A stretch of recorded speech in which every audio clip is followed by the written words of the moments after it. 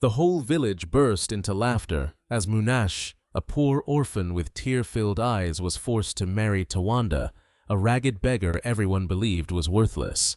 Her greedy uncle smiled proudly after exchanging her future for his own gambling debt, while neighbors whispered that she would spend the rest of her life begging beside her husband. But Tawanda never argued, never begged for pity, and never defended himself. Then, one ordinary afternoon, a convoy of black luxury SUVs rolled into their forgotten village. Powerful men stepped out, walked straight past everyone else, and respectfully bowed before the beggar. In that breathtaking moment, Munashe realized she had never truly known the man she had married. Before we begin, tell us where you're watching from and what time it is in your country. We'd love to see our amazing viewers from across Africa and around the world. And if you enjoy emotional stories of hope, justice, and unexpected twists, don't forget to subscribe so you never miss another inspiring journey. The first rays of the morning sun stretched across the dusty fields surrounding the small village outside Bulawayo, but there was no peace in the Moyo household. Long before the roosters had finished crowing, Munashe, Moyo, was already awake, sweeping the cracked courtyard with an old grass broom whose handle had been repaired so many times it barely held together. At 23 years old, Munashe had learned that survival often arrived before sunrise. She moved quietly so she would not wake her aunt, who rarely had a kind word to say. Ever since her parents died in a bus accident nearly 10 years earlier, Munashe had lived under the roof of her father's younger brother, Jabulani Moyo. The villagers often praised him for taking in his orphaned niece, but only the walls of that house knew the truth. To Jabulani, Munashe was never family. She was free labor. Every morning, she fetched water from the communal well, nearly 2 kilometers away. She cooked every meal, washed every piece of clothing, tended the small vegetable garden, cared for the chickens, and sold tomatoes at the roadside market whenever her uncle demanded extra money. If anything went wrong, she was blamed. If anything went well, nobody thanked her. Yet, Munashe rarely complained. Her late mother had often told her, "Kindness is something no one can steal from you." Those words had become the quiet strength that carried her through each difficult day. After finishing the sweeping, she balanced 2 empty buckets on a wooden pole across her shoulders and began the familiar walk toward the village well. The air was cool, and a gentle breeze carried the scent of dry grass. Several women were already gathered there, chatting while waiting their turn. Some smiled warmly when they saw Munashe. Others looked at her with sympathy. Everyone knew how hard her life had become. Munashe, an elderly woman named Mai Chipo, called softly, "You work harder than anyone in this village." Munashe offered a gentle smile. "Work keeps my heart busy." Mai Chipo sighed. "One day, God will remember you." "I believe he already has," Munashe answered quietly. "Otherwise, I wouldn't still have hope." The older woman watched her with moist eyes. Few young people spoke with such quiet faith. After filling the buckets, Munashe carefully returned home. She expected another ordinary day. She could never have imagined it would become the day her entire life changed. Inside the house, Jabulani sat at the wooden table, unusually well dressed. His faded jacket had been brushed clean. His shoes, normally covered with dust, had been polished. He looked nervous, very nervous. Several unfamiliar men sat across from him. They wore expensive shirts, heavy wristwatches, and serious expressions. One of them slowly counted thick bundles of cash before placing them inside a leather bag. Munashe froze near the doorway. She had never seen so much money in one place. Jabulani looked up sharply. "What are you staring at?" he barked. "Go prepare tea." She obeyed without speaking. As she boiled water over the charcoal stove, fragments of conversation drifted through the thin walls. Debt. Today. Agreement. The wedding. Her hands stopped moving. Wedding. Surely they couldn't be talking about her. Minutes later, Jabulani called her into the room. Munashe. She stood quietly before the visitors. One middle-aged man looked her up and down as though inspecting livestock at a market. "She'll do," he finally said. Jabulani nodded. "I told you she's obedient." Confusion spread across Munashe's face. "Uncle, what is happening?" Jabulani leaned back proudly. "You are getting married this afternoon." The words struck her like lightning. What? You heard me." Her voice trembled. "To whom?" Nobody answered immediately. Instead, one of the men walked toward the window and pointed toward the dusty road outside. A lone figure shuffled slowly along the roadside. His clothes were torn, his shoes barely held together. A worn cloth bag rested across one shoulder. Several children laughed as they passed him. Some adults avoided looking at him altogether. "That man," the visitor said. Munashe stared in disbelief. Tawanda. Everyone in the village knew him. He was the quiet beggar who slept wherever he could find shelter. He never caused trouble. He rarely spoke. He survived by doing odd jobs collecting discarded items and accepting whatever food compassionate strangers offered. People pitied him. Many mocked him. Some pretended he didn't exist. Her uncle folded his arms. "His name is Tawanda Nkube." Munashe looked from the window back to her uncle. "This must be a joke." "It isn't. I don't even know him." "You don't need to. I won't marry someone I've never met." Jabulani slammed his fist onto the table. "You don't have a choice." Silence filled the room. One of the visitors finally explained. "Your uncle owes us more money than he can repay." Munashe slowly turned toward Jabulani. His eyes refused to meet hers. The visitor continued. Tawanda agreed to settle part of the arrangement. She struggled to understand. "What arrangement?" Jabulani finally spoke. "You'll marry him." Her breathing became uneven. "You exchanged me. It solves everyone's problems." "No." Her voice cracked. "I am not property." His expression hardened. "You've lived under my roof for 10 years. I worked every single day. You owe me. I owe you gratitude, not my life." The room fell silent again. For the first time in years, Munashe had spoken back. Jabulani stood. "You will marry him today." "No." His face darkened. "If you refuse, you'll leave this house immediately." She looked around the room. The house where she had grown up. The walls her parents once painted. The doorway where her mother had hugged her goodbye every morning before school. Everything suddenly felt unfamiliar. She had nowhere else to go. No savings, no relatives willing to help, no place to sleep. Jabulani knew that. He had calculated every possibility. Tears gathered in her eyes. Not because she feared poverty. She already knew poverty. She feared losing the last pieces of dignity she still possessed. Hours later, news spread through the village faster than wildfire. People abandoned market stalls. Children ran through the streets shouting. Neighbors gathered beneath the large acacia tree near the church where simple ceremonies were usually held. Nobody came to celebrate. They came to witness humiliation. Munashe walked slowly beside her aunt. She wore the only clean dress. She owned a faded cream-colored dress her mother had sewn years earlier. It no longer fit perfectly. But she carried herself with quiet grace. Whispers surrounded her. "Such a beautiful girl. What a terrible fate. She's marrying the beggar. What did she do to deserve this?" Then Tawanda arrived. He wore freshly washed but badly worn clothes. His shirt had been carefully mended. His hair was neatly trimmed.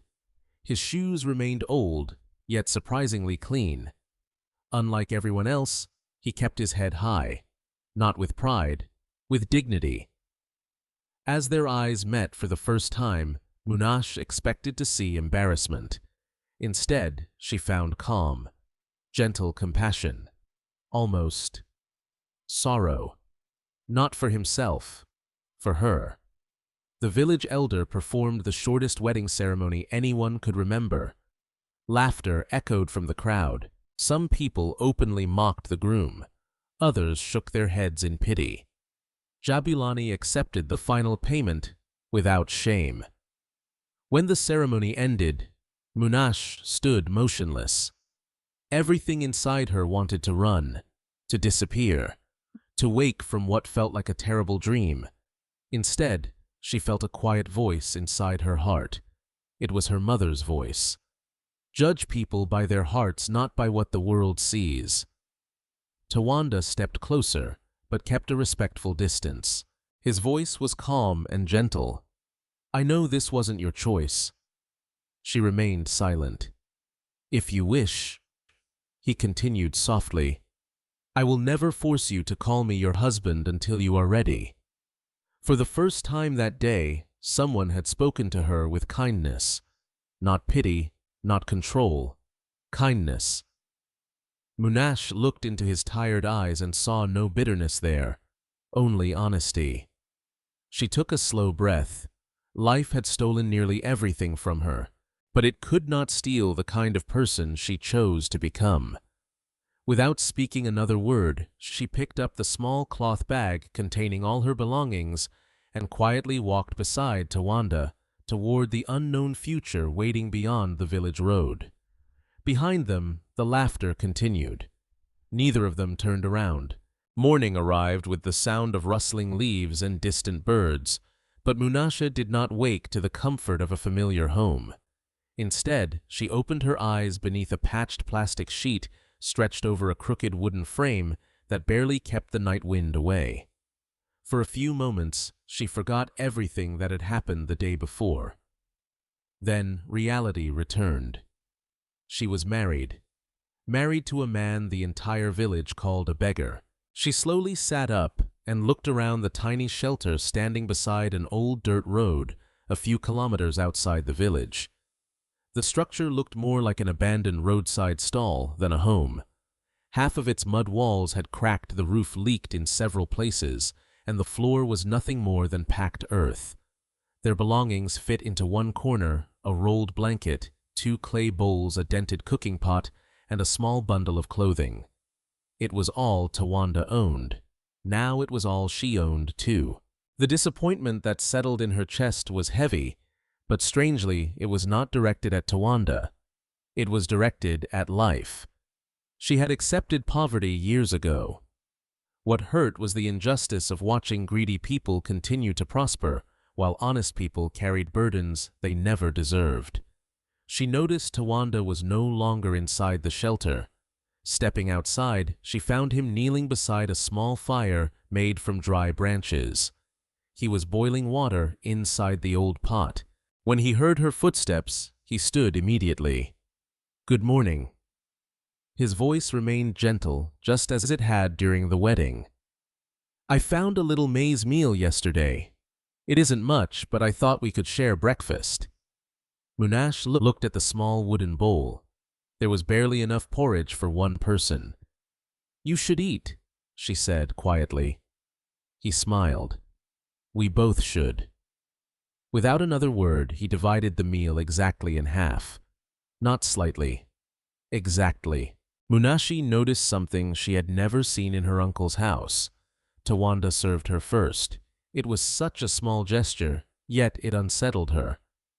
For years, she had eaten only after everyone else had finished. Nobody had ever placed her needs before their own. As they ate in silence, several villagers walked along the nearby road. Some slowed down to stare. Others laughed openly. So this is the newlywed palace, one young man shouted. His friends burst into laughter.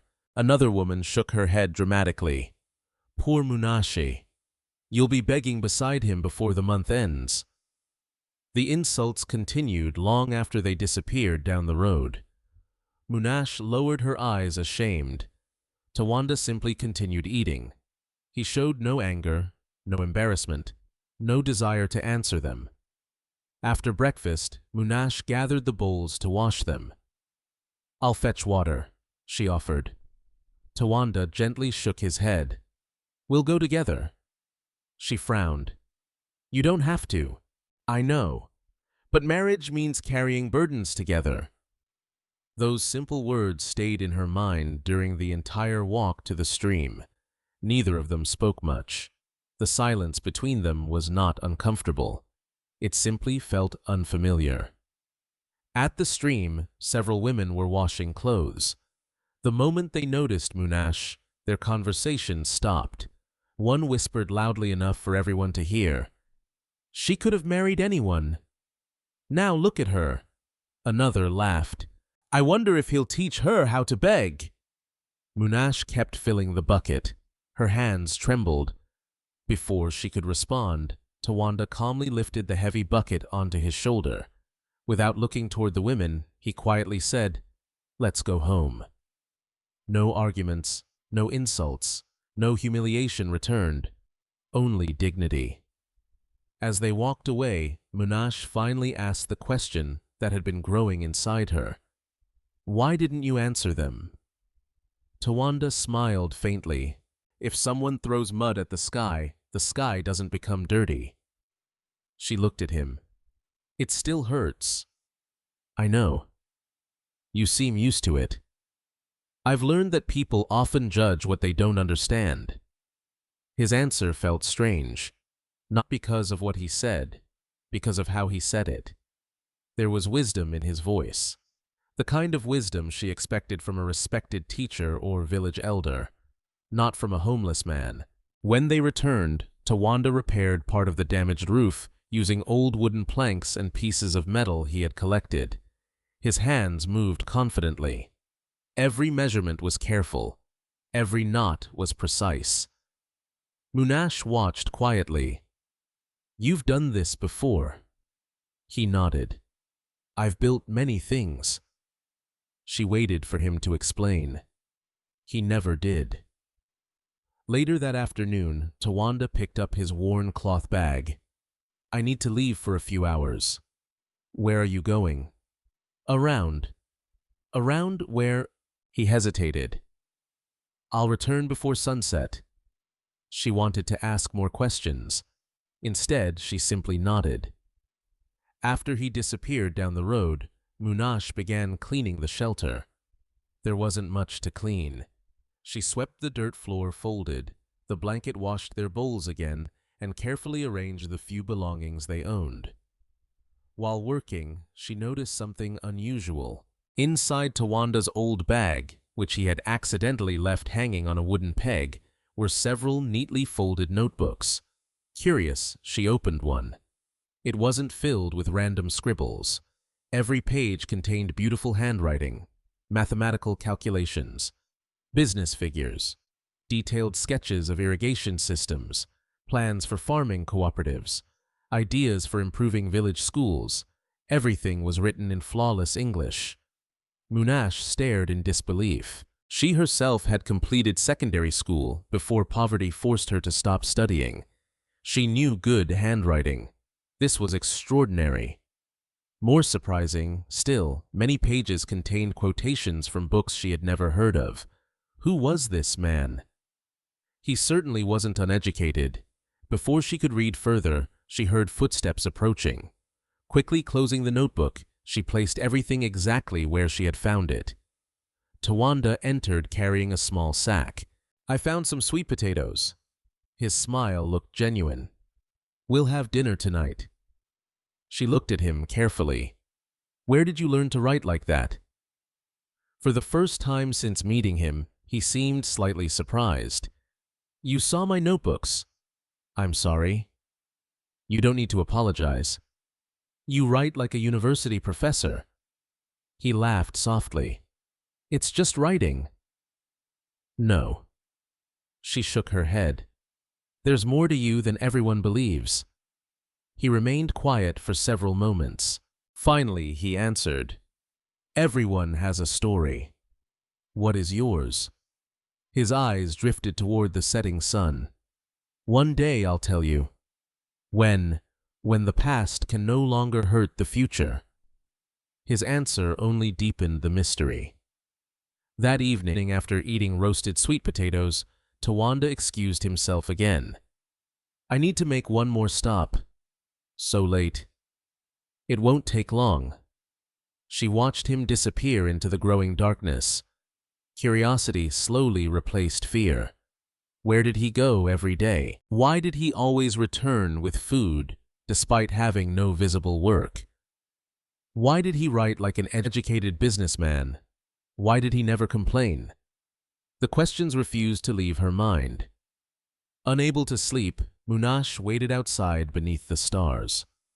Nearly 2 hours later, she finally saw Tawanda returning along the moonlit road. He looked exhausted. His clothes were dusty, yet there was peace on his face.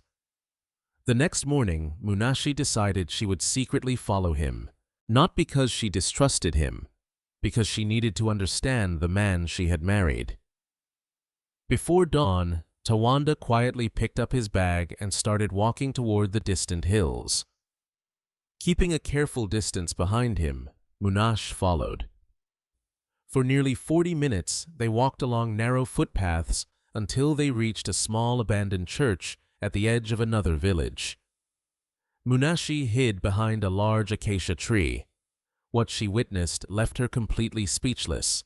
Inside the church sat an elderly widow surrounded by 3 orphaned children. Without saying a word, Tawanda removed bread, vegetables, and dried beans from his bag. Then he knelt beside the youngest child, smiling warmly as he handed her a piece of bread. The little girl hugged him tightly. The old woman began crying. "You came again," she whispered. Tawanda simply smiled. "As long as I can, none of you will go hungry." Munashe felt tears filling her eyes. The man the entire village mocked as a worthless beggar had spent what little he had feeding people even poorer than himself. In that quiet moment, something inside her heart began to change. The image refused to leave Munashe's mind. Even after she quietly slipped away from the abandoned church and returned to their roadside shelter, before Tawanda noticed she had followed him, she could still see the little girl wrapping her tiny arms around him. She could still hear the elderly widow whispering words of gratitude through tears. It did not make sense. A man who owned almost nothing had somehow become the hope of people who had even less. That night, Munashe barely slept. Every question she had asked herself since their wedding became even more complicated. If Tawanda truly lived by begging, where did he find enough food to share with another family? Why did children greet him with affection instead of fear? Why did an elderly stranger trust him so completely? Most importantly, why did he never mention any of it? The next morning, she watched him as he repaired another section of their shelter. His movements remained calm and deliberate. He carefully reinforced a weak wooden support before replacing several loose pieces of tin roofing.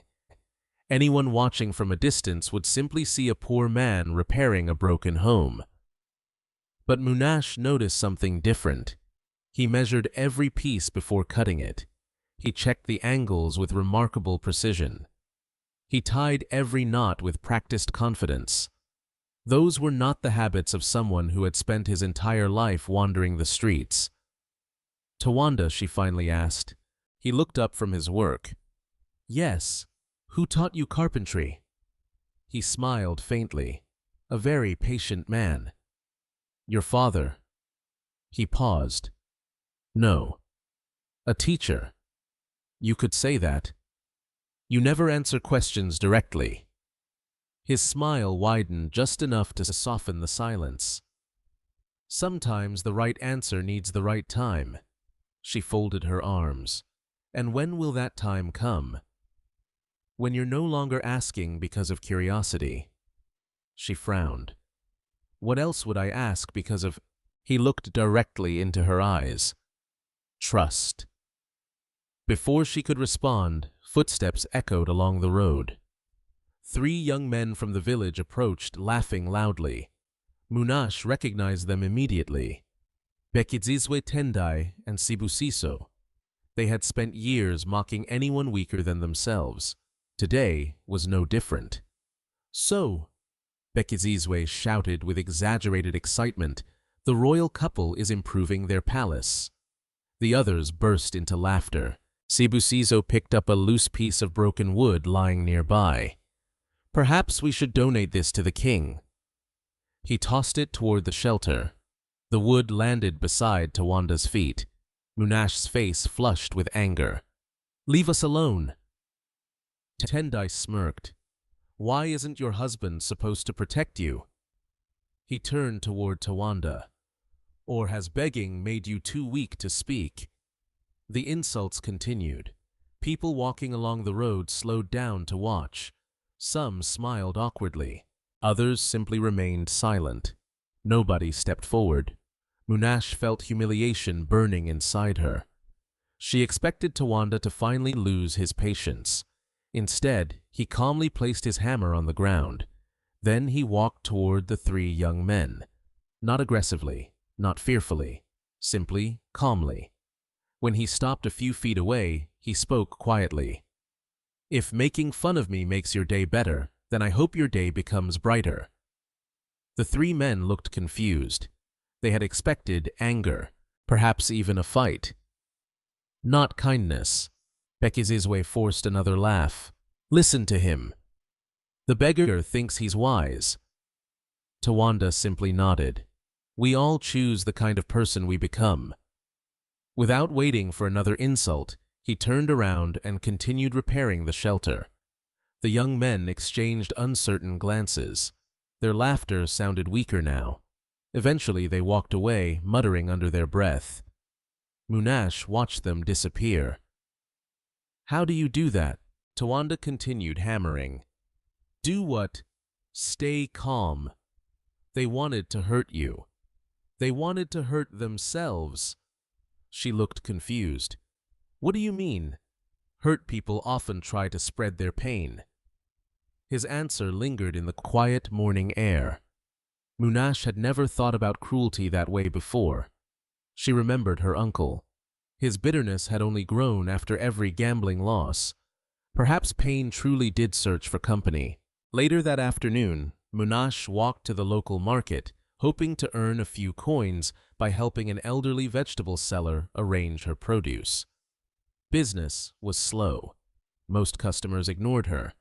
Several women whispered behind her back. That's the girl who married the beggar. What a waste. I heard he still sleeps under broken roofs. Another woman laughed. She'll probably be asking us for food next. Munashe lowered her eyes. She had grown accustomed to hardship, but public shame still wounded her heart. The elderly seller quietly touched her shoulder. Don't listen. Munashe forced a smile. I'm trying. The old woman studied her carefully. I've lived 70 years. I've seen rich men become beggars. I've also seen beggars become leaders.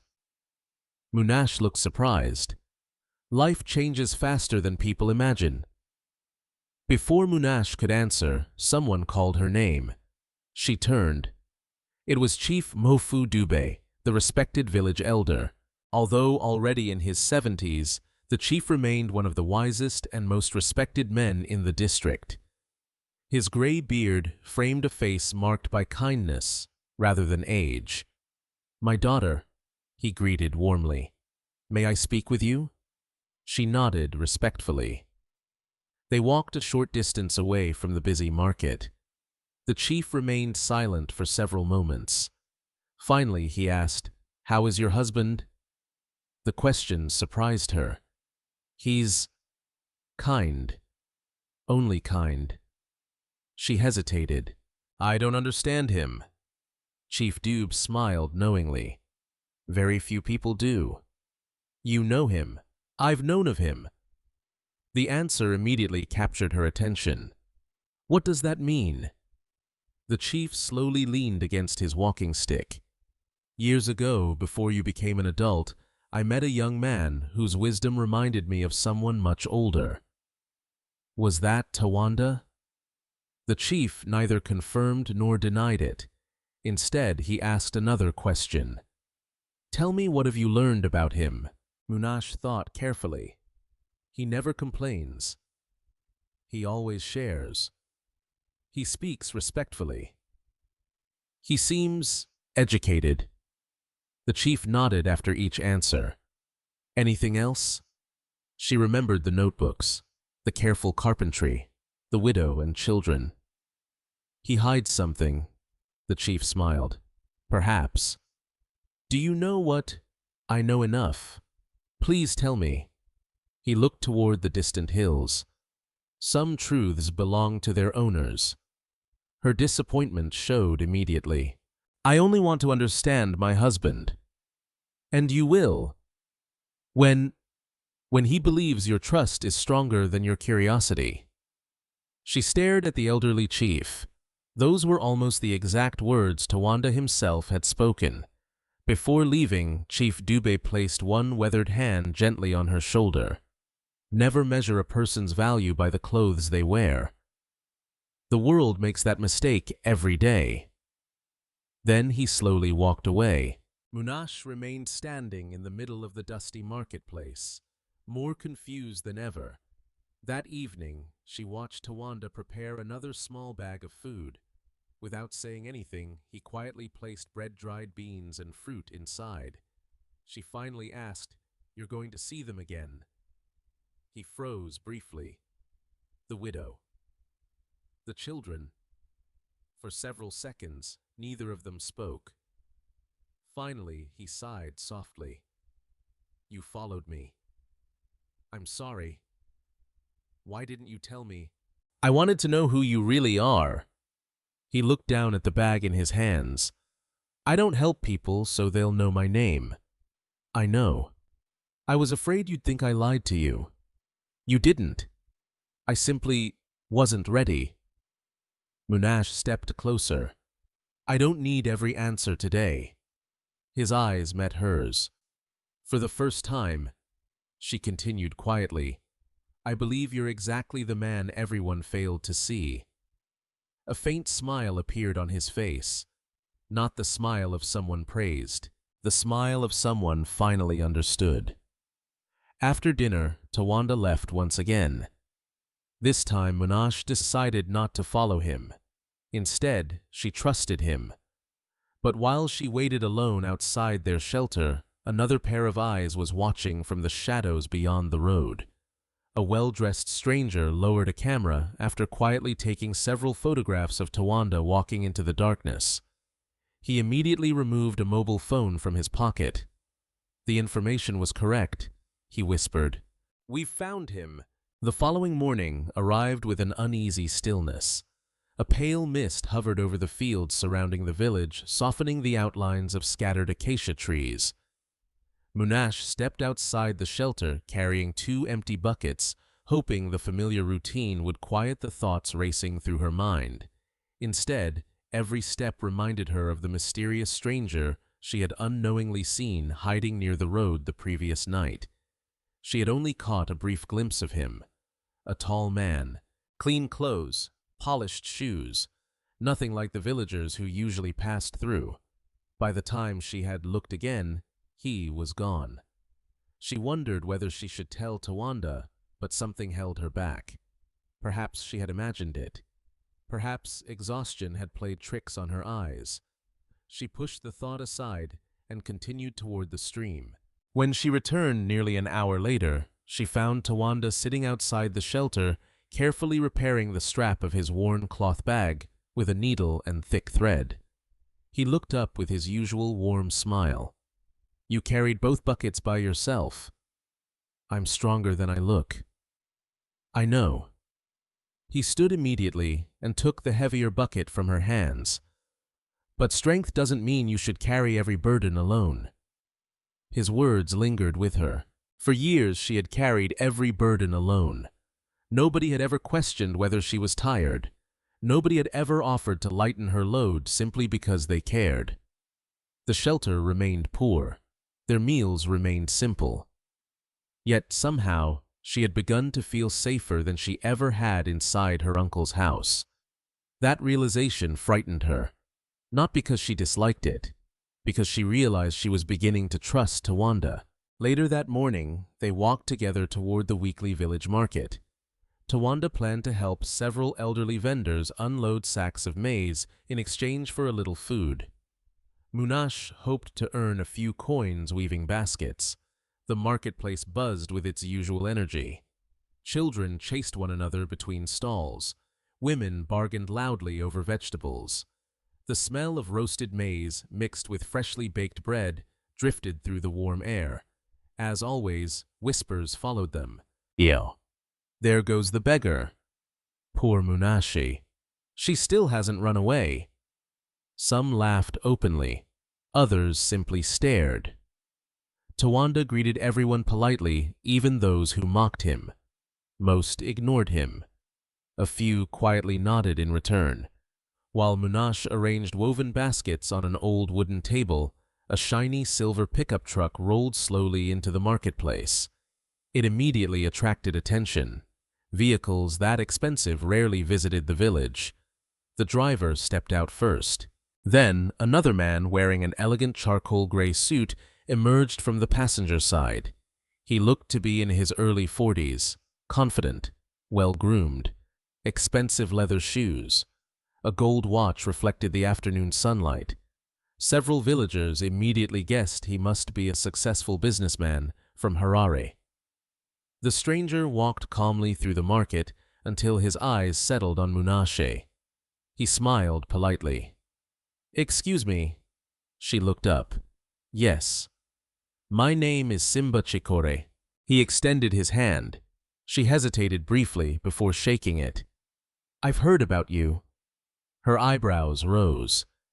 "You have—" The young woman forced into marriage. Embarrassment crossed her face. "I'm sorry people are discussing it." He smiled sympathetically.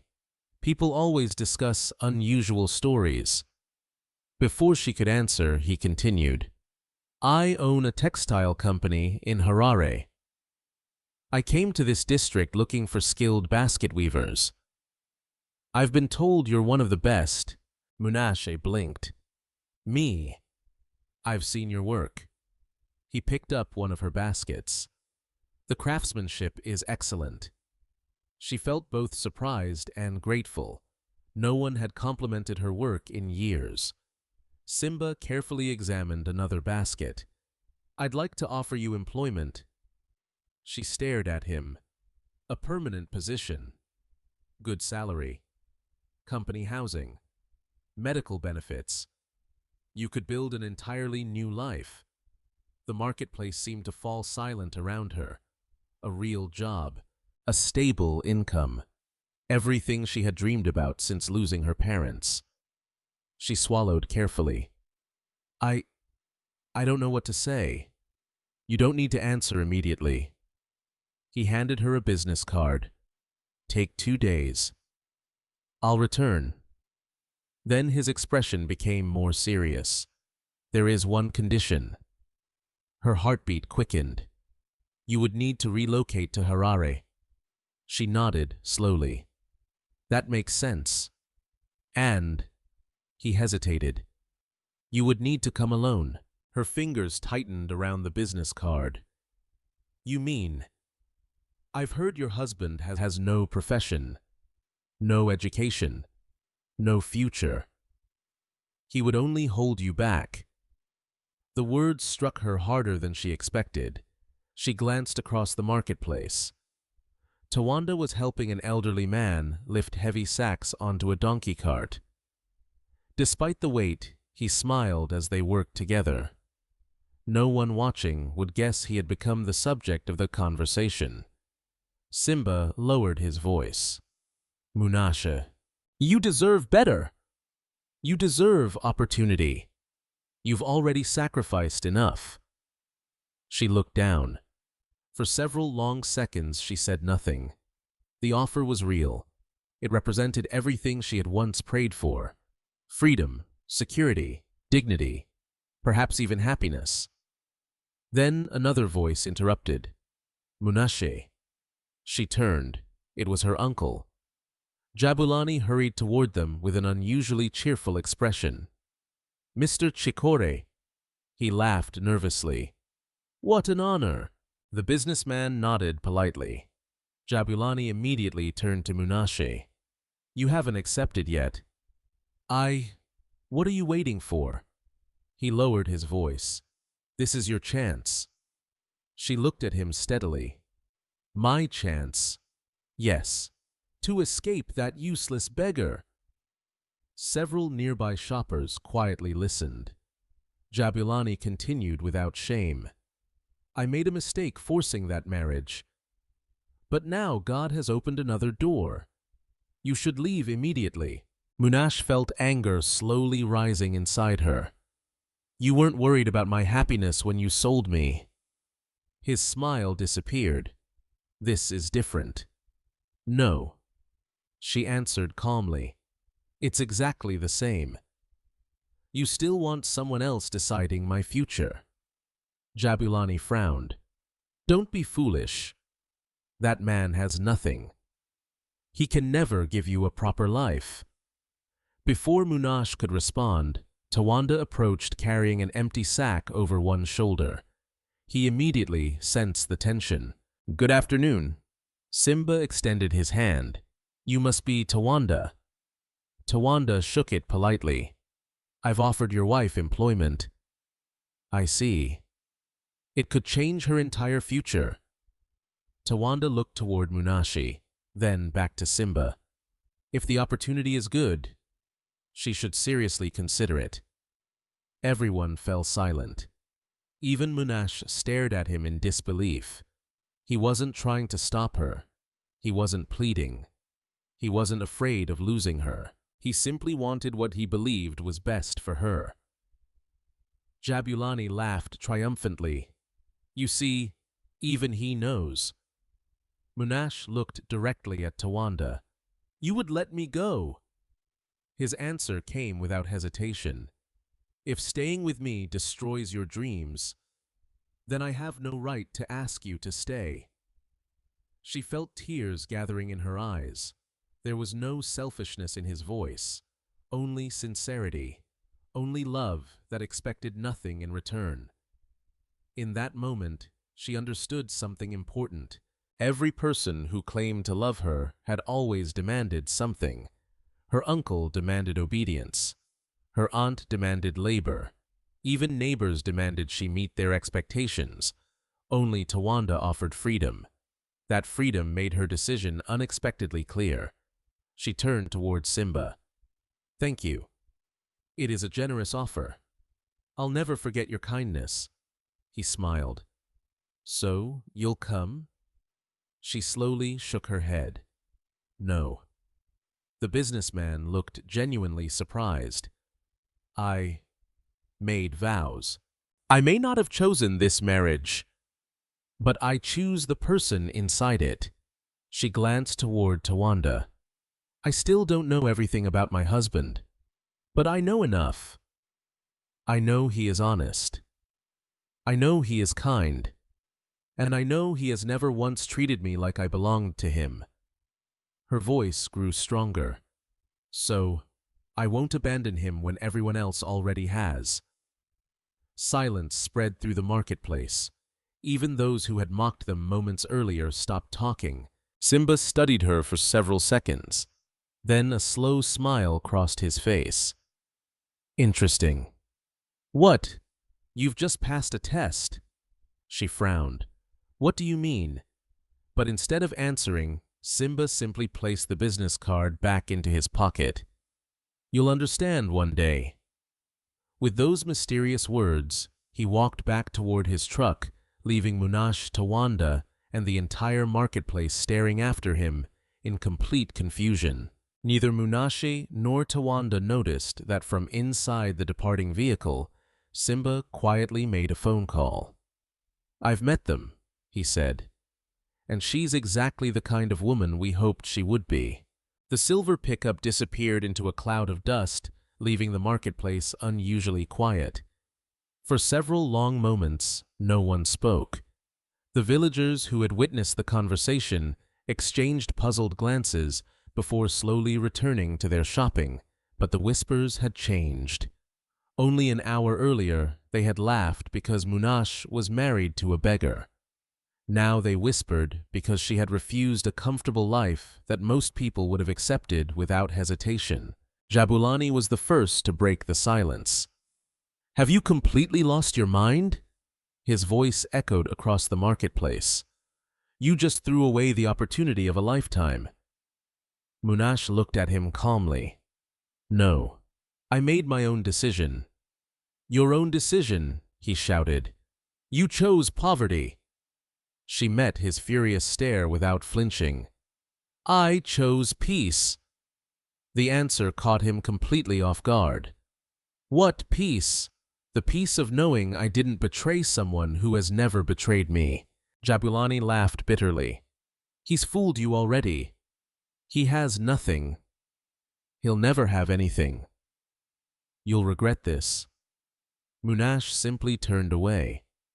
For the first time since she was a child, she realized her uncle no longer had any power over her.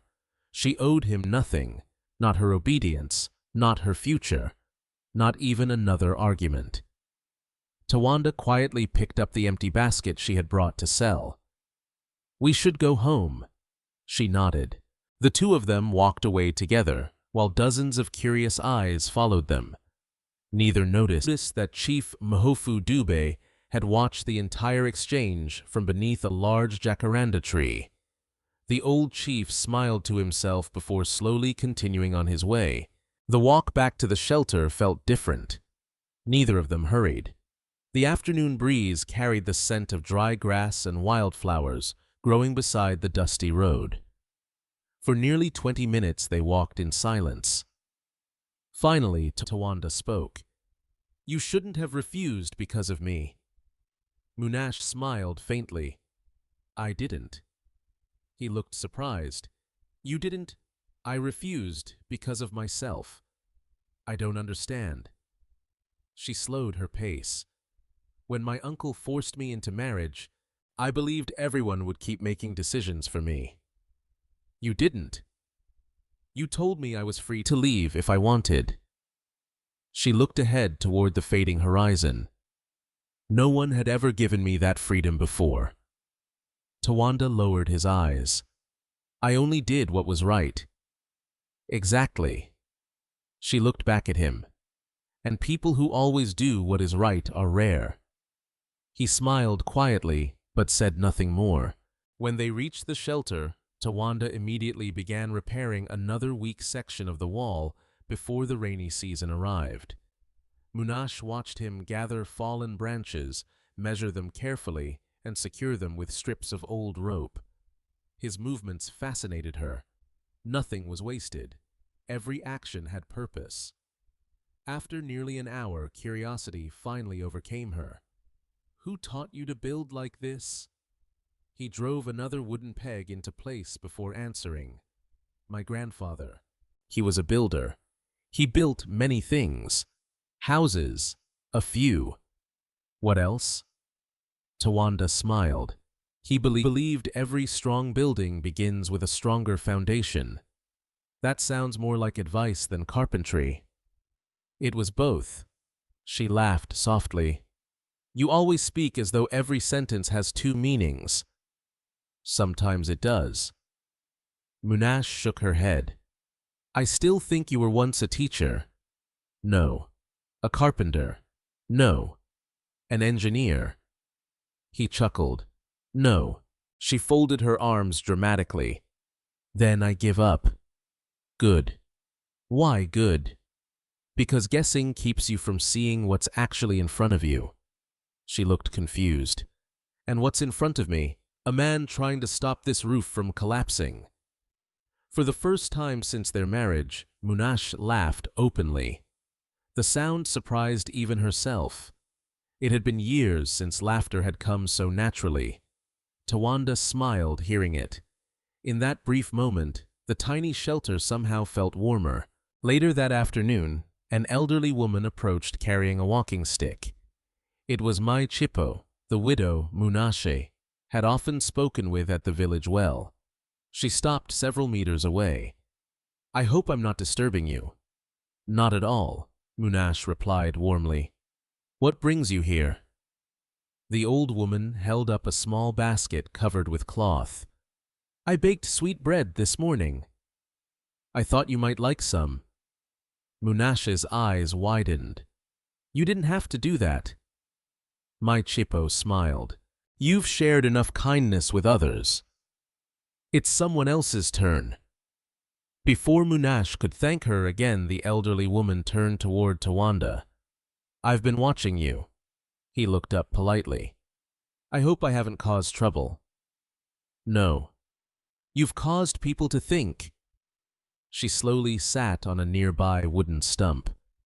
"You know, when I was young, my husband used to tell me that the poorest people are often the richest in character." Her eyes rested on Tawanda. "I understand those words better now."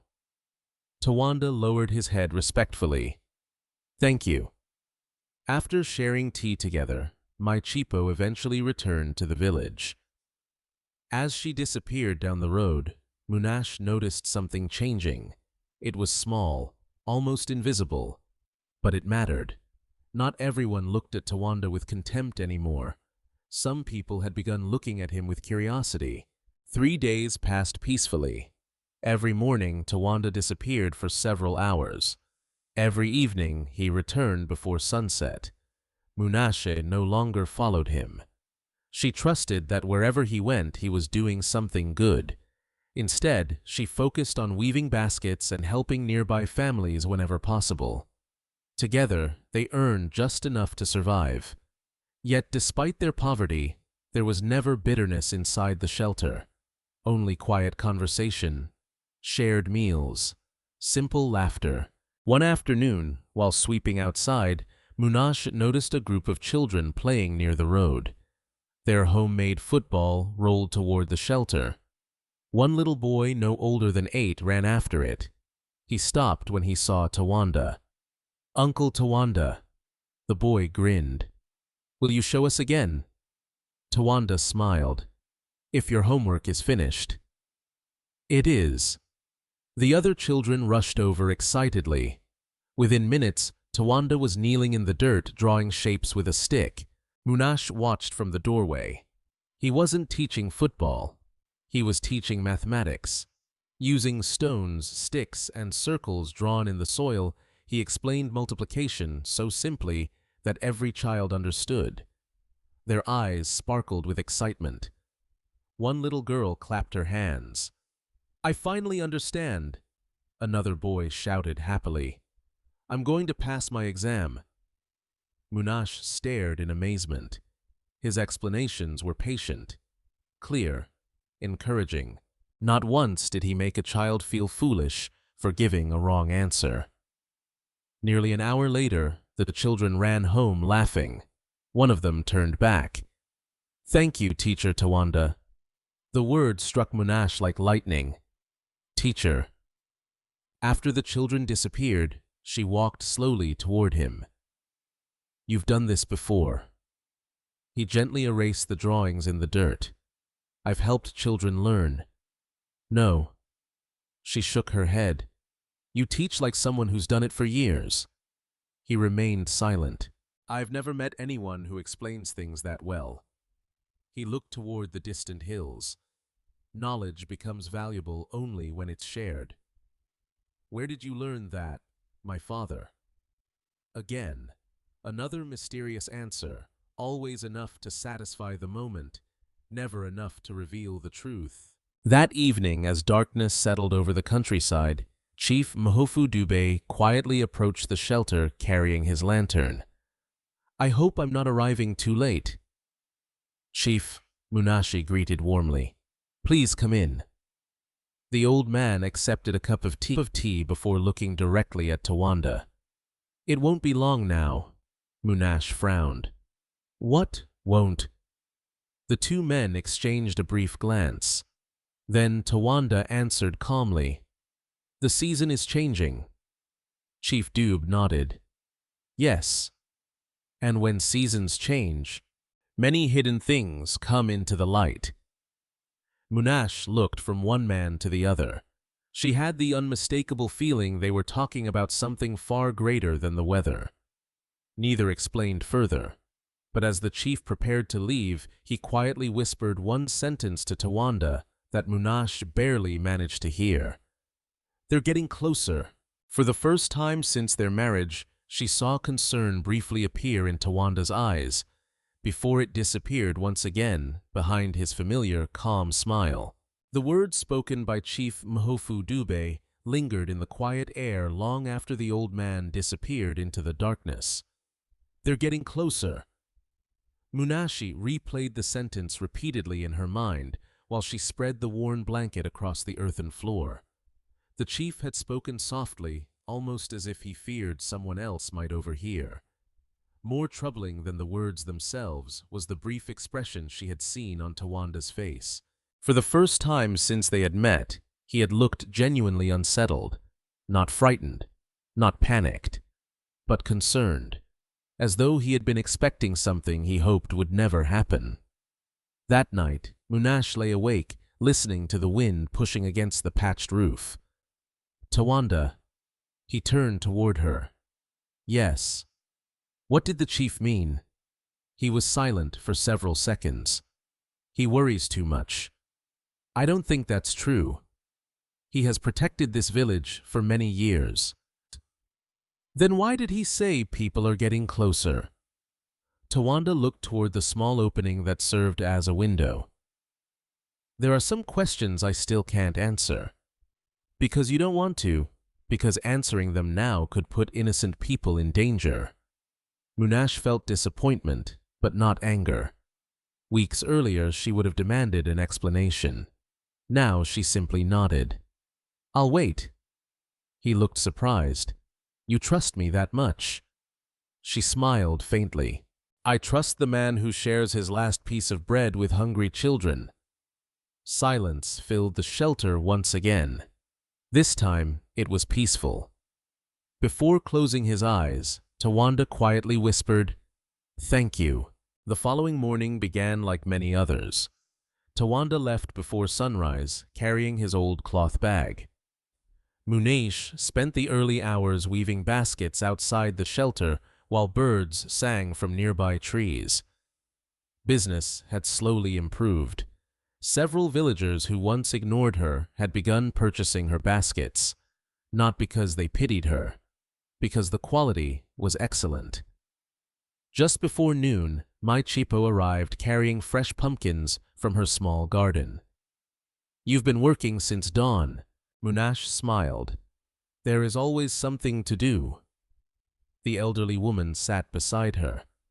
"I heard what happened at the market." "The whole village has." Munashe laughed softly. "I suppose nothing stays secret here."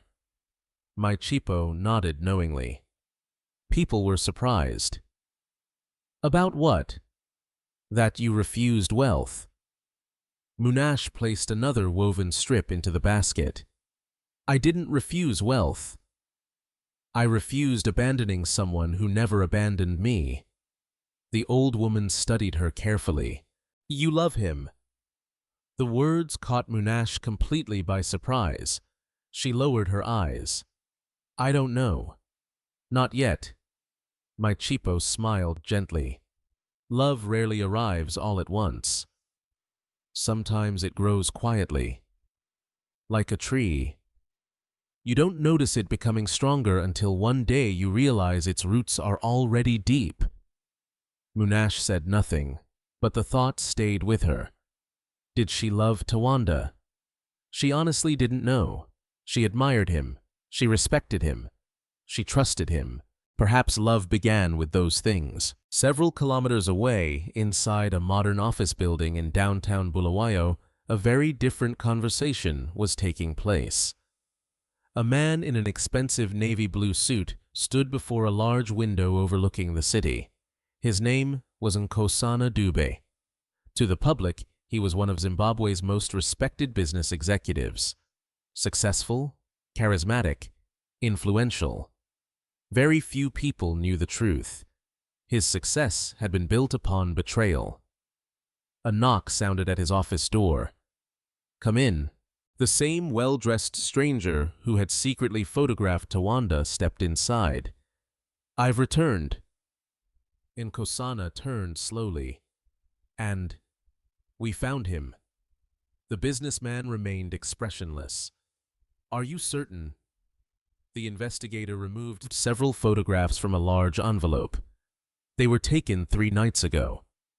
Nkosana carefully examined the images. There was no mistaking the man walking along the dusty road. Despite the worn clothes, despite the beard, despite the years that had passed, it was him, Tawanda. For nearly a full minute, Nkosana said nothing. Then he quietly placed the photographs onto his desk. "I was hoping the rumors were false." "They weren't." Another long silence followed. Finally, Nkosana asked, "Does anyone else know?" "Only a few people." "And the woman?" "His wife appears to know nothing." Nkosana nodded slowly. "Good." He walked back toward the window. "I want every movement watched." "But no contact." "Not yet." The investigator frowned. "You aren't planning to eliminate the problem." Nkosana's voice became cold. "Not unless absolutely necessary. One mistake 10 years ago nearly destroyed everything. We won't make another." Back in the village, Tawanda returned later than usual. His clothes were dusty and exhaustion showed plainly on his face.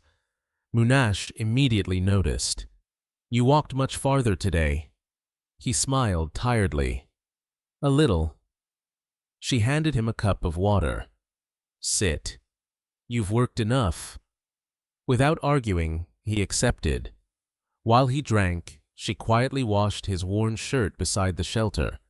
As she scrubbed the fabric, something small slipped from one of the pockets. A folded piece of paper. She almost ignored it. Then curiosity won. Carefully unfolding it, she expected to find another page of notes. Instead, she found part of an old newspaper.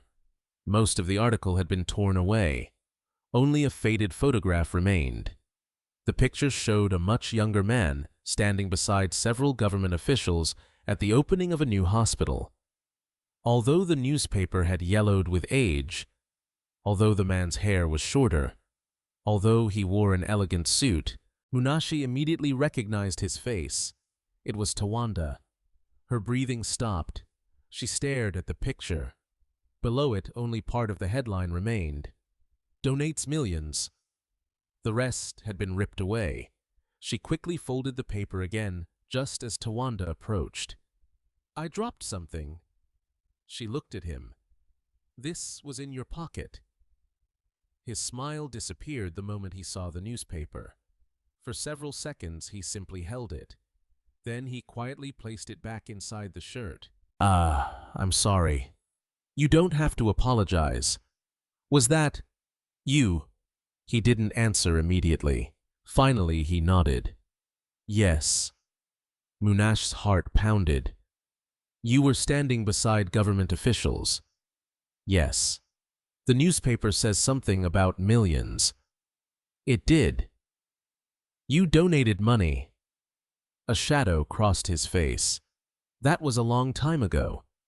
"Then everything people believe about you," he looked away, "is incomplete." She stepped closer. "Were you rich?" Another silence. Finally, he answered with remarkable honesty. "Yes." Her eyes widened.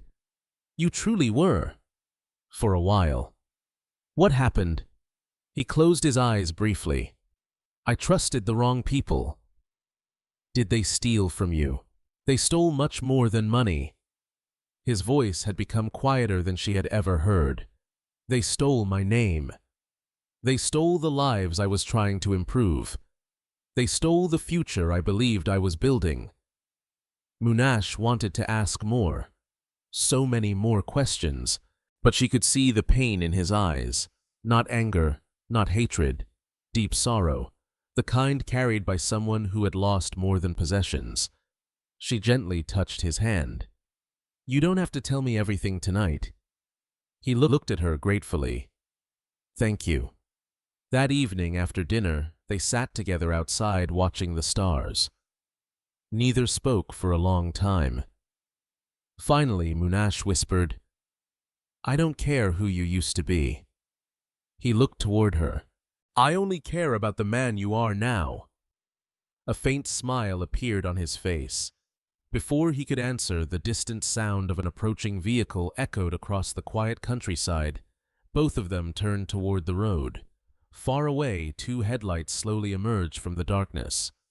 The vehicle stopped several hundred meters from their shelter. Its engine remained running. Neither occupant stepped outside. For nearly 5 minutes, it simply sat there, watching. Then, without warning, it turned around and disappeared into the night. Neither Munashe nor Tawanda said a word, but they both understood. Someone had found them. The distant sound of the vehicle faded into the night, but the uneasy feeling it left behind remained.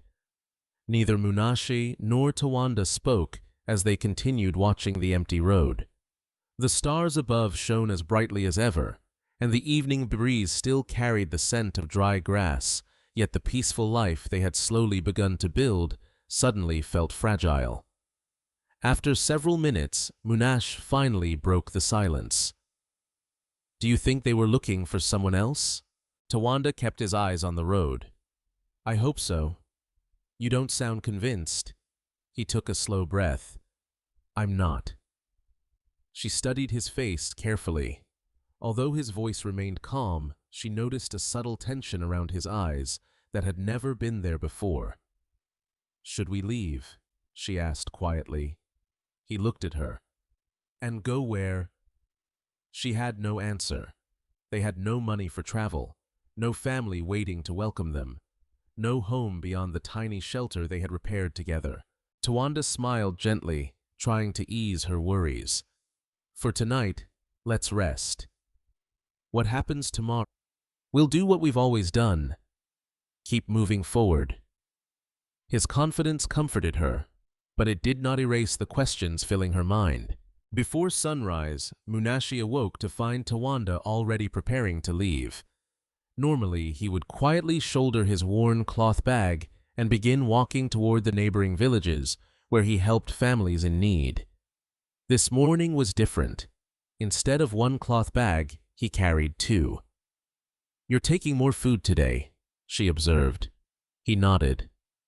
"A family nearby has been struggling." "Can I come with you?" He hesitated. "I'd rather you stayed here." "Because of the vehicle?" His silence answered the question. She stepped closer. "If someone is watching you, shouldn't you avoid going out?" He smiled softly. "If hungry children are waiting, I can't stay home because I'm afraid." She lowered her eyes. That was exactly the answer she had expected. He gently touched her shoulder. "I'll return before sunset." "I promise." She watched him disappear along the dusty path until he became a small figure against the morning light. The hours passed slowly. Munashe finished weaving 2 baskets and repaired one of the blankets that covered their doorway. She tried to concentrate on her sound made her look toward the road. Around midday, she noticed 2 men standing beneath a large acacia tree nearly 200 meters away. Neither looked like a farmer.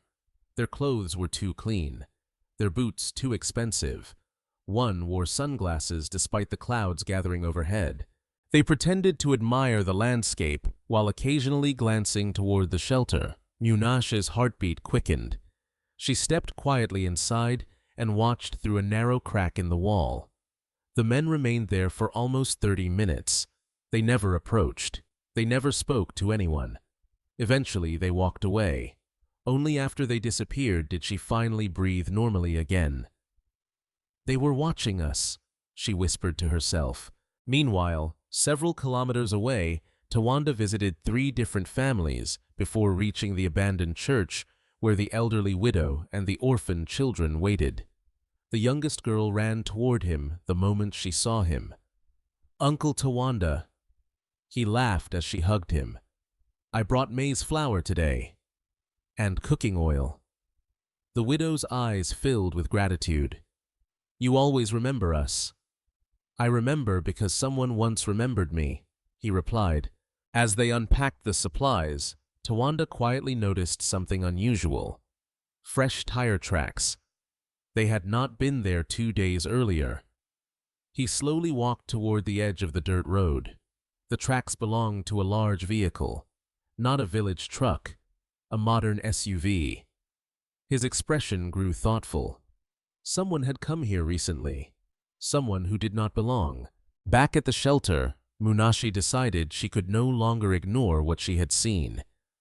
When Tawanda returned shortly before sunset, she immediately told him about the strangers. There were 2 of them. They stayed under the tree. They kept looking toward the shelter. Tawanda listened carefully without interrupting. "Did they speak to you?" "No." "Did they ask anyone about us?" "I don't think so." He nodded slowly. "Then we should be careful." "Careful how?" "For a while. Don't tell anyone where I go each day." She looked surprised. "I've never told anyone." "I know." He smiled thankfully. "I just wanted to be sure." She studied him for a long moment. "You know who these people are, don't you?" He looked toward the fading sunlight. "I have suspicions. Can you share them with me?"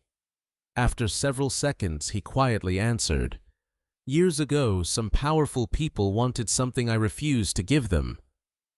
"What was it?" "My principles." The answer puzzled her. "I don't understand." "One day you will." Again another mystery. Again another promise. That evening after dinner, Tawanda opened one of his notebooks. Unlike before, he did not hide it from her. He carefully wrote several pages before closing it again. Munashe smiled. "You finally trust me enough to let me see you writing." He chuckled. "I suppose I do." "What are you writing?" "Names." "Whose names?" "Families that need help." She blinked. "You keep a list." "I try." "There are so many." He nodded. "I know. Sometimes I can't reach everyone." She looked at the notebook. Every page was carefully organized.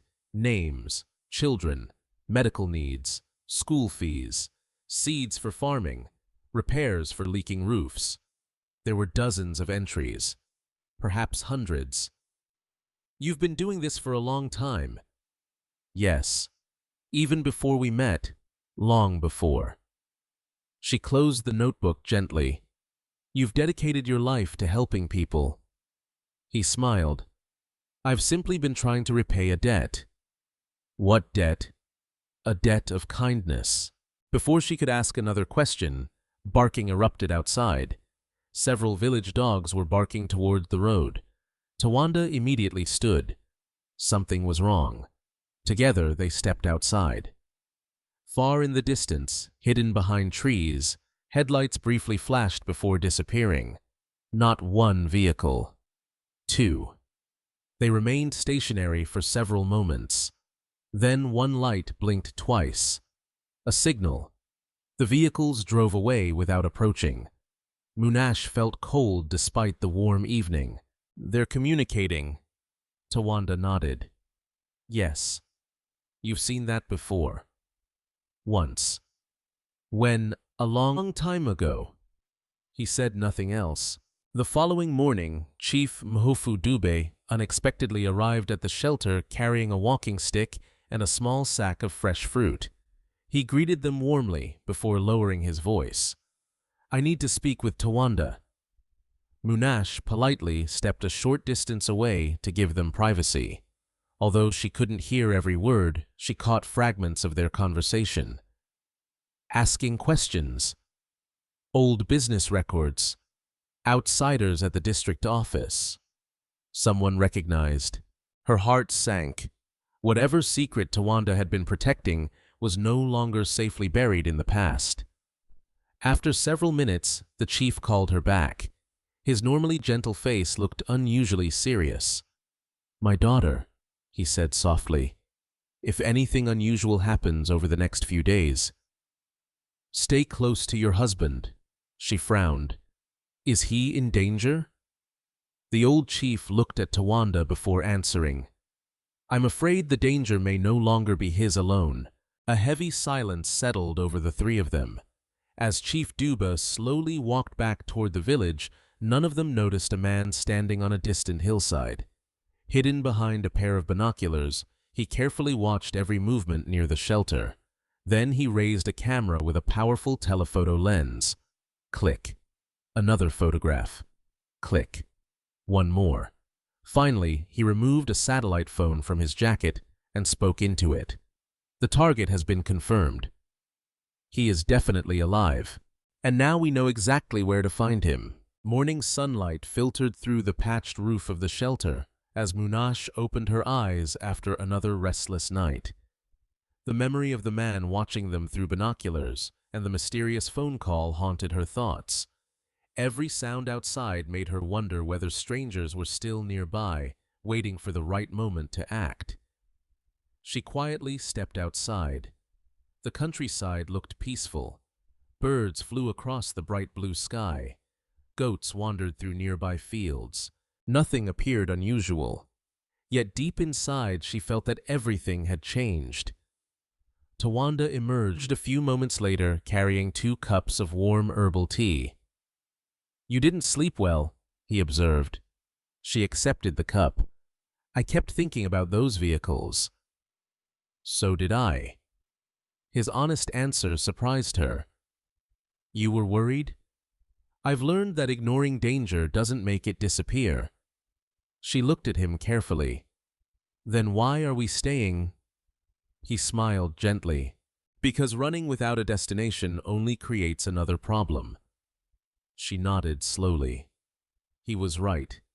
Fear alone could not guide their future. After breakfast, Tawanda prepared to leave once again. Before stepping onto the road, he paused. "If anyone asks about me today, I'll simply say you're helping people." He smiled. "Thank you." As he disappeared down the familiar path, Munashe returned to cleaning the shelter. She swept the dirt floor, repaired another loose section of the doorway, and began organizing the few belongings they owned. While lifting the old wooden crate that served as their storage box, she noticed something she had never seen before. The crate seemed unusually heavy. Curious, she removed everything inside. The weight remained. She knelt beside it and examined the bottom carefully. One of the wooden panels appeared slightly different from the others. Running her fingers along the edge, she discovered a narrow hidden groove.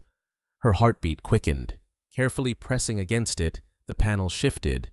A secret compartment slowly opened beneath the crate. Munashe stared in disbelief. Inside lay several carefully wrapped bundles, protected by old cloth. She hesitated. Part of her felt she should close the compartment immediately. Another part reminded her that these secrets now affected both of their lives. Taking a slow breath, she unfolded the first bundle. Inside was a leather folder. Unlike anything she had ever owned. The leather remained soft despite its age, and the craftsmanship suggested it had once belonged to someone wealthy. She carefully opened it. The first document carried an official government seal. Although many pages had faded, she could still read enough to understand its importance. It was a certificate of company registration. Across the top appeared the name, Ubuntu Development Holdings. Below that, one line immediately caught her attention. Founder and Managing Director Tawanda and Cube. Her hands began trembling. She read the line again. Then, a third time. There could be no mistake. The company belonged to Tawanda. She turned another page. This time she found photographs. The first showed Tawanda nearly 10 years younger, wearing an elegant navy blue suit while shaking hands with government ministers. Another captured him standing beside the opening of a modern school surrounded by smiling children. A third showed him planting the first tree at what appeared to be a large agricultural project. In every photograph he looked confident, respected, successful. Nothing like the humble man who now slept beneath a patched roof. Munashe continued searching through the folder. There were newspaper clippings praising large charitable donations, letters from community leaders thanking him for funding hospitals and clean water projects, awards recognizing outstanding business leadership, certificates honoring humanitarian work. Each document revealed another piece of a life completely hidden from the world around him. Tears slowly filled her eyes. Everything he had hinted at was true. He had not exaggerated. If anything, he had hidden the truth far more deeply than she had imagined. At the bottom of the compartment rested one final envelope. Unlike the others, it had never been opened. Across the front, someone had written in careful handwriting, "For the day the truth becomes unavoidable." She stared at the words for several moments. Should she open it? Her hand reached toward the seal, then stopped. "No," she whispered. "If he wanted me to read it now, he would have given it to me himself." She carefully returned the unopened envelope to its place. The remaining documents, however, confirmed one undeniable fact. Her husband had once lived an extraordinary life. Just before closing the compartment, she noticed one more item hidden beneath the leather folder. A small silver key. Attached to it was a faded tag with a handwritten number. Locker 27. No location, no explanation. Only the number. She quietly placed the key back beside the envelope and restored everything exactly as she had found it. Only minutes later, footsteps approached outside. Her heart jumped. She hurried out of the shelter, expecting Tawanda. Instead, she found Chief Mahofu Dube. The elderly chief greeted her warmly. "I hope I'm not interrupting." "Not at all, Chief." He looked toward the empty road. "Tawanda is away." "Yes." The chief nodded thoughtfully. "I expected that." They sat together beneath the shade of a nearby tree. After a few moments of quiet conversation, Munashe finally asked the question she could no longer keep inside. "Chief, did Tawanda really build hospitals?" The old man's eyes widened slightly. "So, you've begun discovering the truth." She lowered her voice. "I found documents. I wasn't looking for them. It happened by accident." Chief Dube remained silent for a long time. Finally, he sighed. "There was once a young man who dreamed of changing this country. He believed business should exist to lift people out of poverty. He believed success meant serving others. That young man worked harder than anyone I have ever known." Munashe listened without interrupting. "He created jobs. He built schools. He funded clinics. He helped villages that politicians had forgotten." The chief smiled sadly. "People called him a miracle." "What happened?" The old man's expression darkened. "Greed. Power. Betrayal. Some men wanted everything he had built. They believed kindness was weakness." Munashe felt her chest tighten. "So they stole it. They tried. Did they succeed?" "For a while." The chief looked toward the distant hills.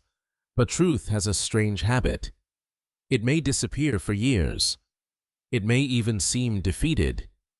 Yet, eventually, it always finds its way home." Before Munashe could ask another question, the chief slowly stood. "There is something you must remember." "What is it?" "No matter what happens, judge Tawanda by the man sitting beside you today. Not by the fortune he lost. Not by the fortune he may one day regain." She nodded firmly. "I already do." The chief smiled proudly. I was hoping you would. As he walked away, Munashe remained sitting beneath the tree, overwhelmed by everything she had learned. The humble man who repaired leaking roofs and shared bread with hungry children had once led a company admired across Zimbabwe. Yet he had never once spoken proudly about those achievements. He had chosen humility over recognition, compassion over bitterness, service over revenge. Late that afternoon, Tawanda finally returned, carrying fresh vegetables and a sack of maize flour. The moment he saw Munashe, he sensed something had changed. You've been thinking. She smiled gently. I have. He placed the food inside the shelter. About what? She walked toward him until they stood only a few steps apart. I know more than I did yesterday. He remained silent. I found the hidden compartment. For the first time in many days, genuine surprise appeared on his face. You found it. I wasn't searching for secrets. I know. She reached for his hand. I also didn't open the sealed letter. His eyes searched hers. You didn't? She slowly shook her head. Some truths belong to the person who carries them. When you're ready, I'll listen. When you're not, I'll wait. Emotion briefly filled Tawanda's eyes before he quietly squeezed her hand, but neither of them noticed the black SUV parked on a distant ridge. Inside, a man lowered a powerful camera after capturing several clear photographs of the hidden compartment through a telephoto lens aimed directly into the shelter. He immediately picked up his phone. So, they've found the documents, he reported calmly. We're running out of time. The following morning began with an unusual silence. For the first time since their marriage, neither Munashe nor Tawanda spoke much while preparing breakfast. The discovery of the hidden compartment had changed something between them. Not their trust, but their understanding. Munashe now knew that the quiet man sitting across from her had once carried responsibilities far greater than anyone in the village could imagine. She handed him a bowl of warm porridge. You hardly ate last night, he smiled. I was thinking. About the documents. He nodded. I never expected anyone to find them. I'm sorry. You have nothing to apologize for. He looked at her warmly. If anything, I'm relieved. She looked surprised. Relieved? I've carried those memories alone for too many years. His voice carried a quiet weariness that touched her deeply. She reached across the small wooden table and gently rested her hand over his. You don't have to carry everything alone anymore. He looked into her eyes and smiled with genuine gratitude. I know. After breakfast, they walked together toward the neighboring village. Instead of separating as they usually did, Munashe insisted on accompanying him. I've followed you in secret before. This time I'd rather walk beside you. Tawanda laughed softly. I prefer that too. Their first stop was the home of an elderly farmer named Mr. Sibanda. The old man's roof had partially collapsed during a recent storm, leaving rainwater dripping into his tiny house whenever dark clouds appeared. Without asking for payment, Tawanda immediately climbed onto the roof. Munashe gathered dry branches, while Mr. Sibanda fetched old wooden planks stored behind the house. For nearly 3 hours they worked together beneath the bright African sun. When the repairs were finally complete, the old farmer wiped tears from his eyes. I've asked many people for help. No one came. You arrived without me even asking. Tawanda simply smiled. We all need someone someday. Mr. Sibanda reached into his pocket and removed several folded banknotes. Please. I must pay you. Tawanda gently pushed the money back. I already received enough. The farmer looked confused. What do you mean? You trusted me. That's enough. The elderly man stood speechless. As they walked away, Munashe glanced at her husband. You refuse money every time. Not every time. When do you accept it? When accepting helps someone keep their dignity. She looked puzzled. What does that mean? If a person insists because receiving charity would embarrass them, then I accept a little. But if paying would leave them hungry, I refuse. She smiled. You've thought about this a lot. For many years.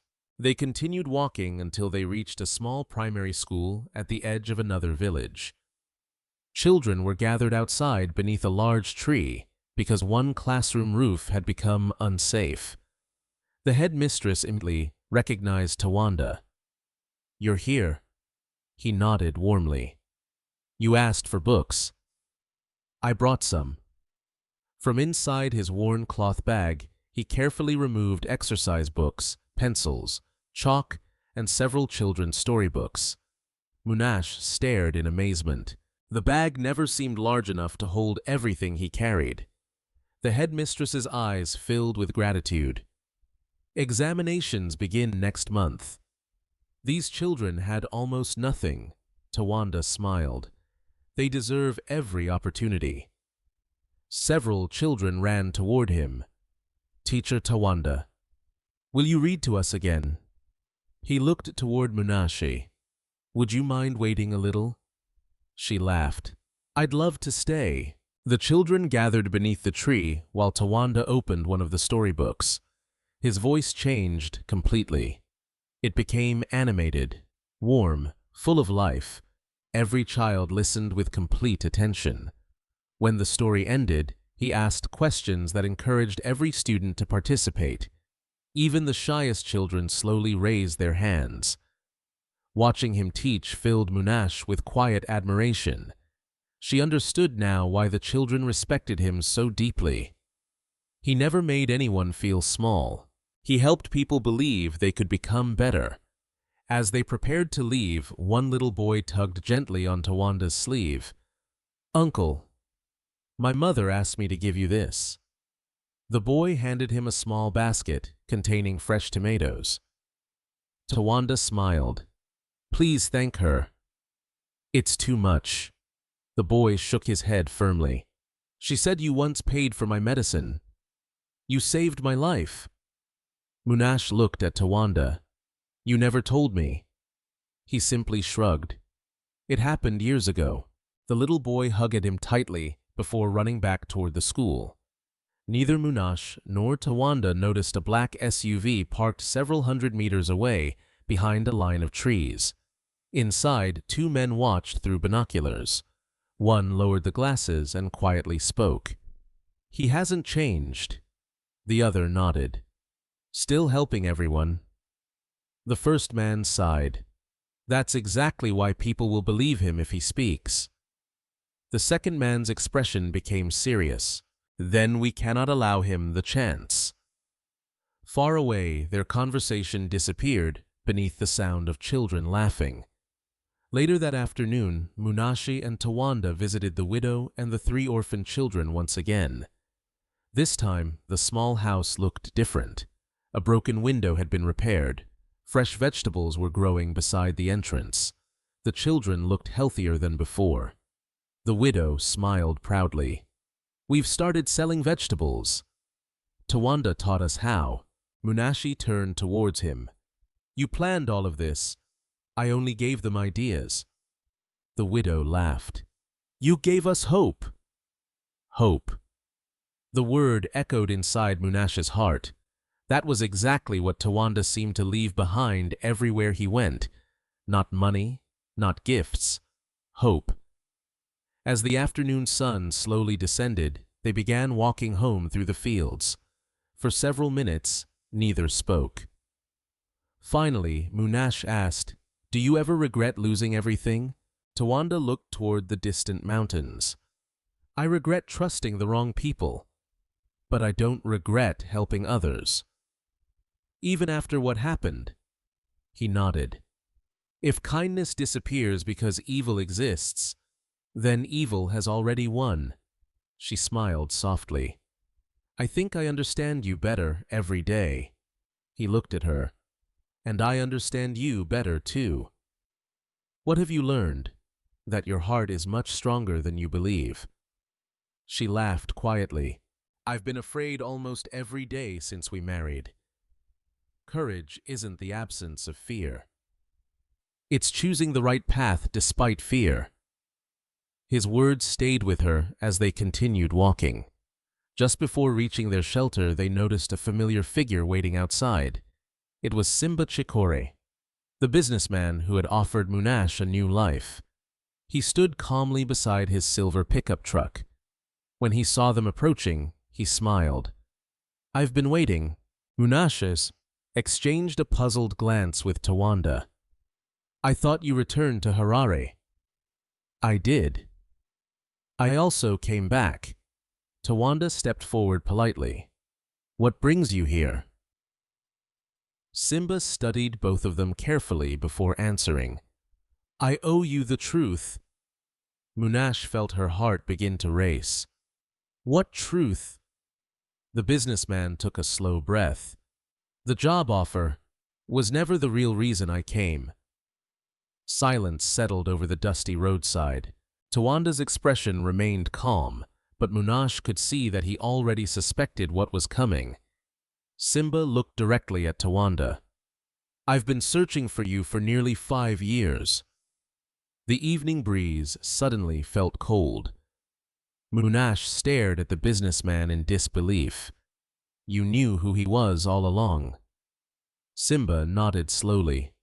Yes. And now? Others know too.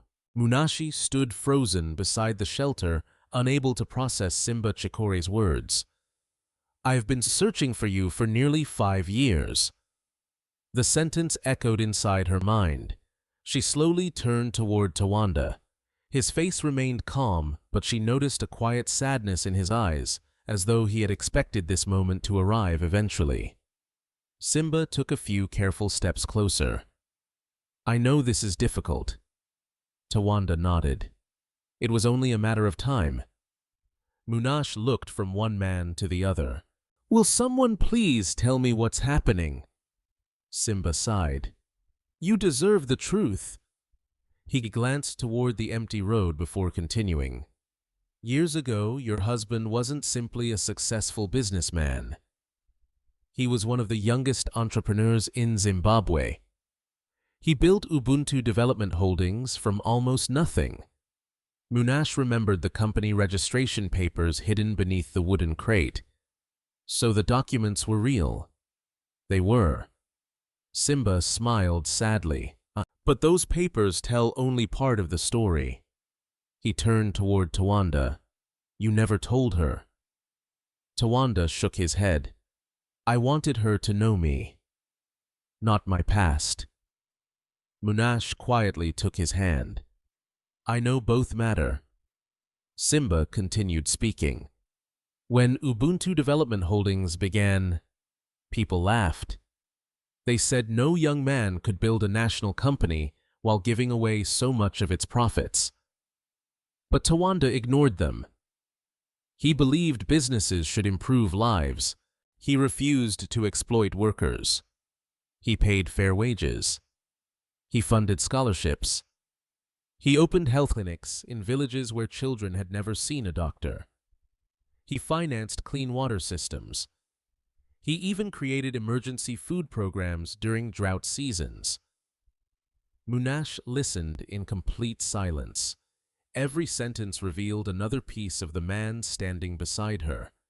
Simba smiled faintly as he remembered those years. I still remember the opening ceremony of the first factory. Reporters expected an expensive celebration. Instead, Tawanda canceled the banquet. He used the money to buy farming equipment for struggling families. He said successful companies should celebrate by helping others. A gentle breeze passed through the trees. Neither Munashe nor Tawanda interrupted. There were thousands of employees, hundreds of community projects. International investors began paying attention. For a while, Oh, Ubuntu Development Holdings became one of the fastest-growing companies in southern Africa. Munashe whispered quietly. What happened? The smile disappeared from Simba's face. Success attracted dangerous people. Tawanda lowered his eyes. There were 4 senior executives. They presented themselves as loyal partners. They handled legal affairs, financial management, international expansion. I trusted them. Simba nodded slowly. Too much. He reached into his briefcase and removed a thin folder. I've spent years investigating what happened. He handed several papers to Munashe. They contained copies of financial records, company ownership transfers, bank statements, official signatures. Many pages carried government seals. Simba pointed toward one document. They created fake debts. They secretly transferred company shares. They bribed officials. They forged signatures. They made it appear that Tawanda had stolen company money. Munashe looked at Tawanda in disbelief. They blamed everything on you. He nodded quietly. Before I understood what was happening, the company no longer belonged to me. Simba continued. They controlled the board. They controlled the lawyers. They even controlled many newspapers. Within weeks, the public believed Tawanda had disappeared after stealing millions. But that wasn't true. No, the money never disappeared. It simply changed hands. Munashe slowly sat down on the wooden bench outside the shelter. The truth felt almost impossible to absorb. Why didn't you fight? She looked toward Tawanda. You had documents. You had evidence. You could have defended yourself. He remained silent for several moments. Finally, he answered. I tried. What happened? My chief financial officer disappeared. My lawyer died in what police called an accident. Several witnesses suddenly changed their stories. My closest friends were threatened. Simba quietly added, anyone who defended him lost their jobs. Some were attacked. Others simply vanished. A heavy silence settled around them. The birds had stopped singing. Even the wind seemed to disappear. Tawanda looked toward the distant hills. I realized innocent people were paying the price. So I left. You walked away. I disappeared before more families suffered because of me. Munashe's eyes filled with tears. You sacrificed everything. I chose lives over wealth. Simba nodded respectfully. That's why I never stopped searching. He looked directly at Munashe. Most people believed Tawanda escaped because he was guilty. I believed he disappeared because he refused to become like the men who betrayed him. Munashe squeezed Tawanda's hand tightly. I believe that too. Simba smiled. I knew you would. He opened another section of the folder. This is why I came. There are people willing to testify. Former employees, community leaders, bank investigators, several executives who were forced out after questioning financial records. They've waited years. For what? For Tawanda to return. Tawanda slowly shook his head. I never wanted revenge. This isn't revenge. Simba's voice became firm. It's justice.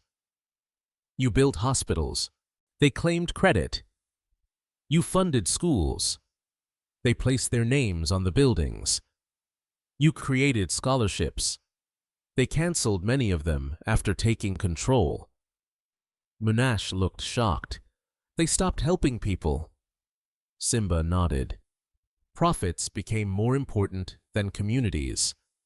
The company still exists, but it no longer stands for what Tawanda created. For the first time during the conversation, visible pain crossed Tawanda's face. I feared that. Simba looked at him carefully. The people who betrayed you are richer than ever.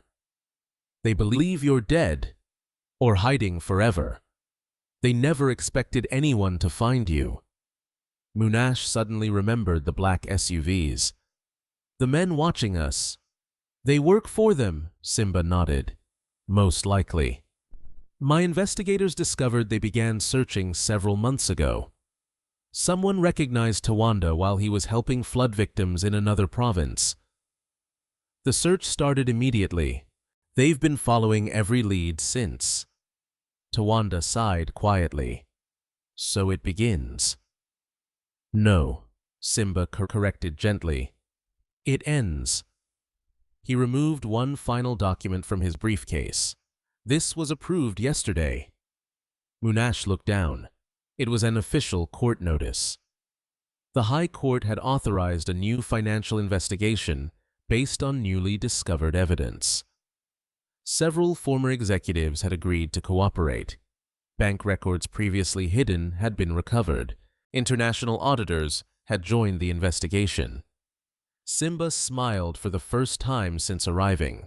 The truth finally has powerful allies. Tawanda carefully folded the document. I never asked for this. I know, but thousands of former employees deserve to know what happened. So do the families whose projects were abandoned. So do the children whose scholarships disappeared. Munashe looked toward her husband. They deserve the man who always wanted to help them. He remained silent. She gently placed both hands over his. You once told me that kindness shouldn't disappear because evil exists. If that's true, then neither should truth. He looked into her eyes for a long moment. Then he slowly smiled. The same humble smile she had first seen beside the broken shelter. Except now it carried something new. Hope. At that exact moment, several kilometers away, inside a luxurious office tower in Bulawayo Nkosana Dube, slammed his fist onto a polished conference table. One of his men had just delivered photographs showing Simba speaking with Tawanda, and Nkosana's face turned pale. So, they've finally found each other. He looked toward the three executives sitting across from him. We're out of time. One of them spoke nervously. What do we do now? And Nkosana's eyes hardened. If Tawanda reaches the court, everything we've built over the last 10 years collapses. The room fell completely silent. Then Nkosana quietly gave the order everyone had feared. Find him before the hearing. Sleep came only briefly that night. After Simba Chikore left the shelter, Munashe and Tawanda remained seated outside, long after darkness covered the countryside. Neither of them spoke much. The truth had finally surfaced, and with it came responsibilities neither could avoid. Shortly before dawn, Tawanda quietly folded the court documents and placed them inside the leather folder. Munashe watched him carefully. What are you thinking? He smiled faintly. I'm thinking about all the people who trusted me, and all the years they waited. She sat beside him. Are you afraid? He answered honestly. Yes. She looked surprised. You always seem fearless. I've never been fearless. I've simply learned that fear shouldn't decide what is right. She nodded lowly. His answer reminded her why she had chosen to stay beside him, despite every opportunity to leave. As the sun rose above the hills, another vehicle approached the shelter. This time it was not a black SUV. It was an ordinary white pickup truck covered with dust from the long drive. Simba stepped out first. 3 other people followed. An elderly woman carrying a leather handbag, a middle-aged man wearing glasses, a younger woman holding a thick stack of files. Tawanda immediately recognized them. Grace. The elderly woman smiled through tears. It's really you. Without hesitation, she embraced him. For several seconds, neither spoke.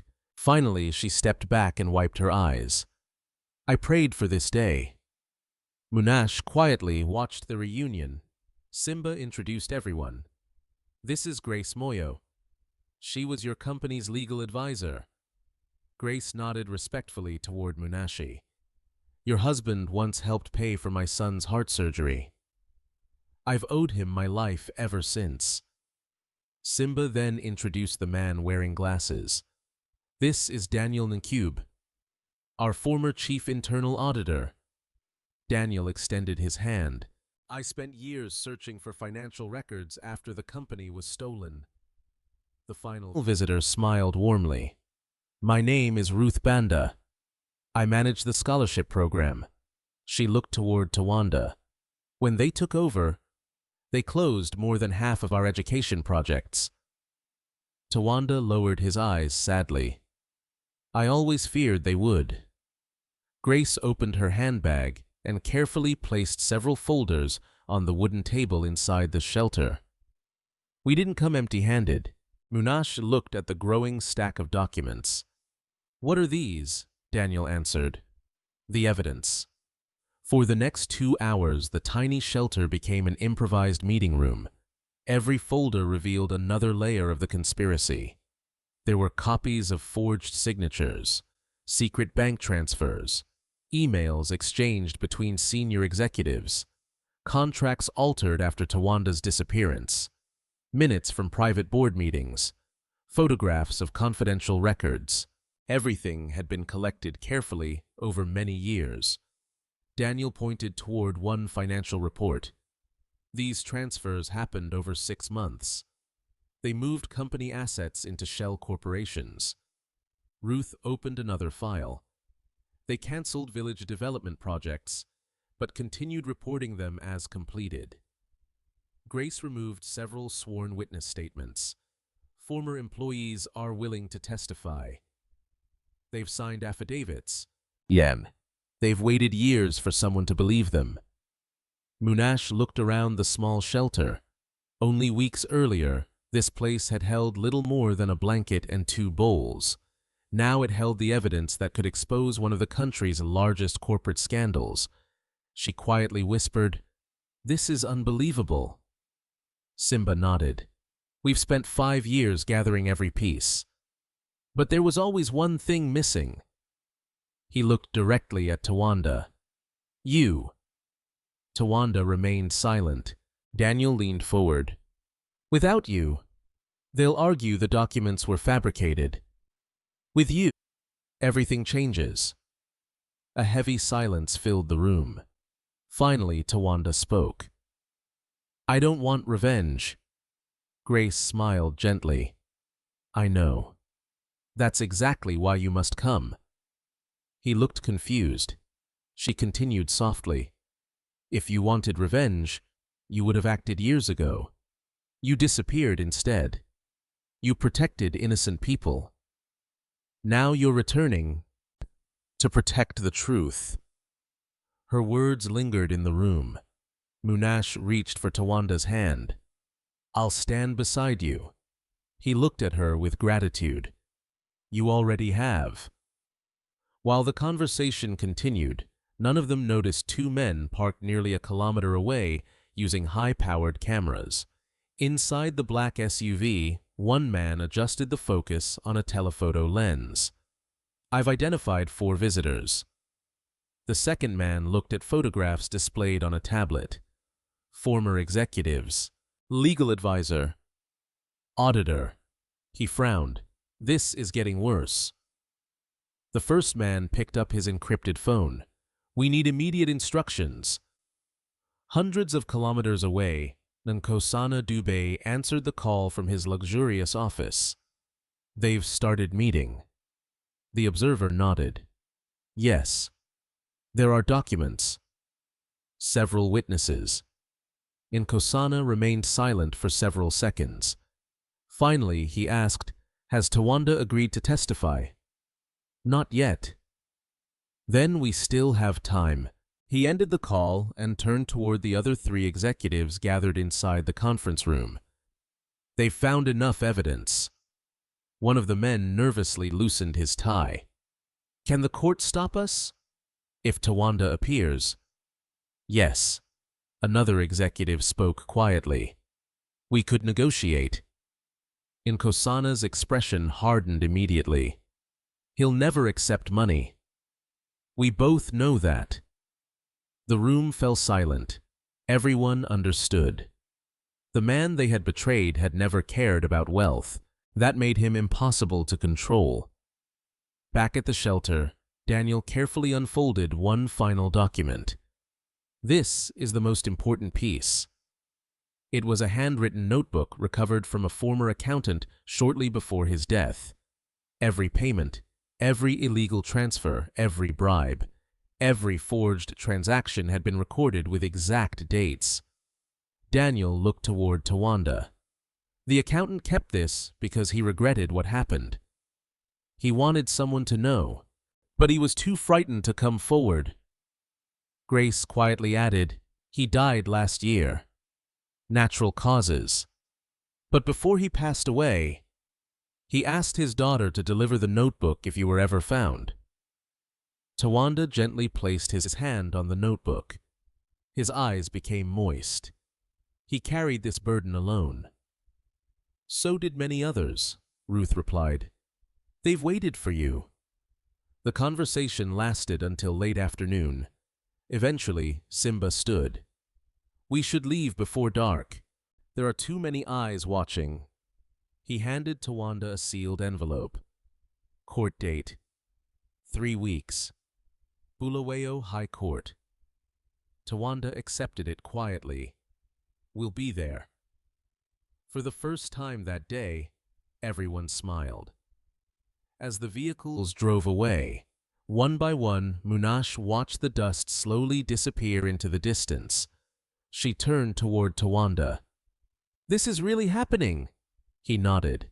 Yes. Are you ready? He looked toward the setting sun. I don't know. She stepped closer. I do. He looked at her. The man who rebuilt broken roofs. The man who fed hungry children. The man who never stopped helping strangers. He's ready. A gentle smile appeared on his face. For the first time in many years, hope seemed stronger than regret. But as evening settled across the village, another message arrived inside Nkosana Dube's office. The photographs clearly showed the witnesses entering and leaving Tawanda's shelter. Nkosana quietly closed the file. Then he looked toward the head of his private security team. His voice remained calm. So the investigation has become real. The security chief nodded. What are your orders? Nkosana walked toward the window overlooking the city lights. This ends before they reach the courtroom.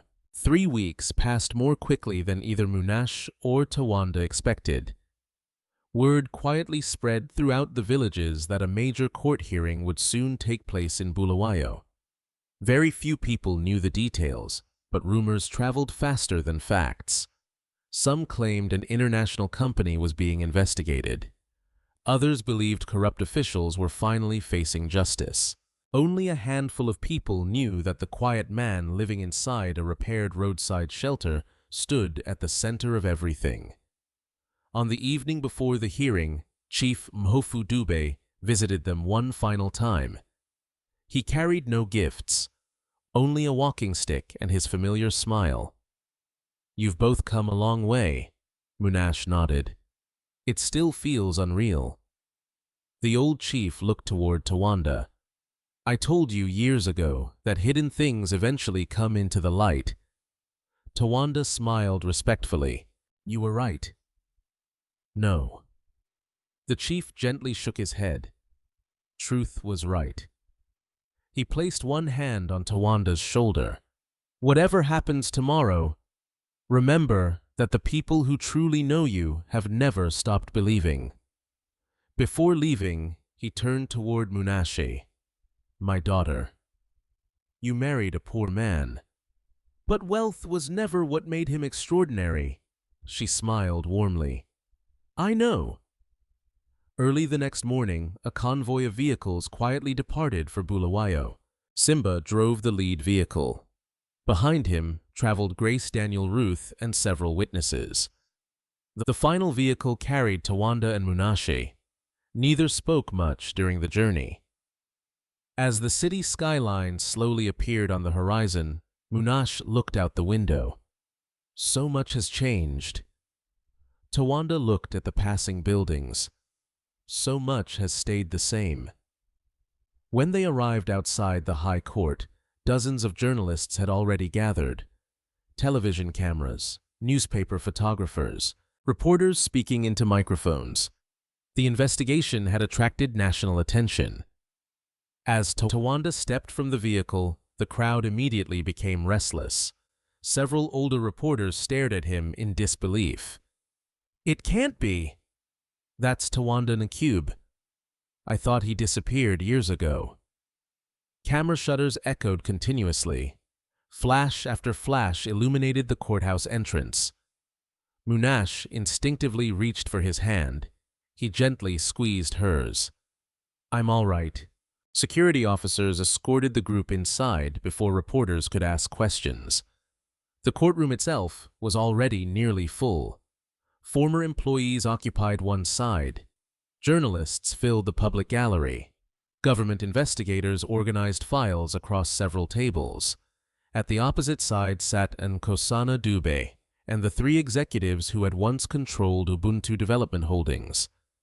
Nkosana remained perfectly dressed in an expensive charcoal suit. His expression appeared calm. Only his tightly folded hands betrayed his anxiety.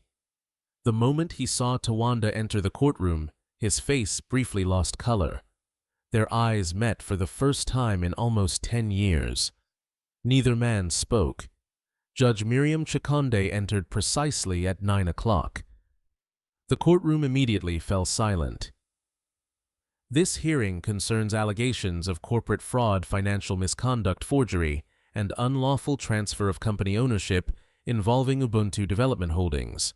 Her voice remained steady and authoritative. The court reminds everyone that today's proceedings seek facts, not emotion. The government prosecutor stood first. For nearly an hour, he presented financial records, ownership documents, bank transfers, and sworn witness statements. One after another, charts appeared on large courtroom screens. Money had moved through dozens of shell companies. Properties had been secretly transferred. Company shares had changed ownership using forged signatures. Every document supported the same conclusion. A carefully organized conspiracy had taken control of Ubuntu Development Holdings. Defense lawyers argued that all evidence remained circumstantial. They insisted Tawanda had abandoned the company voluntarily. They claimed he disappeared because he feared criminal charges. Then the prosecutor quietly said, "The government calls its next witness." Tawanda Nkube. A deep silence filled the courtroom. Tawanda slowly walked toward the witness stand. He raised his right hand and took the oath. The prosecutor approached gently. "Please state your full name." "Tawanda Nkube." "Were you the founder of Ubuntu Development Holdings?" "Yes." "Did you voluntarily transfer ownership of your company?" "No." "Did you authorize the signatures shown in these documents?" "No." The prosecutor displayed several contracts on the courtroom screens. "Are these your signatures?" Tawanda studied them carefully. "They resemble mine." "But they are not mine." The courtroom remained completely silent. The prosecutor continued, "Why did you disappear?" Everyone waited. Even the journalists stopped writing. Tawanda answered quietly, "Because people around me began suffering. My lawyer died. My financial officer disappeared. Employees who defended me lost their jobs. Witnesses were threatened. I believed staying would place even more innocent people in danger." The prosecutor nodded.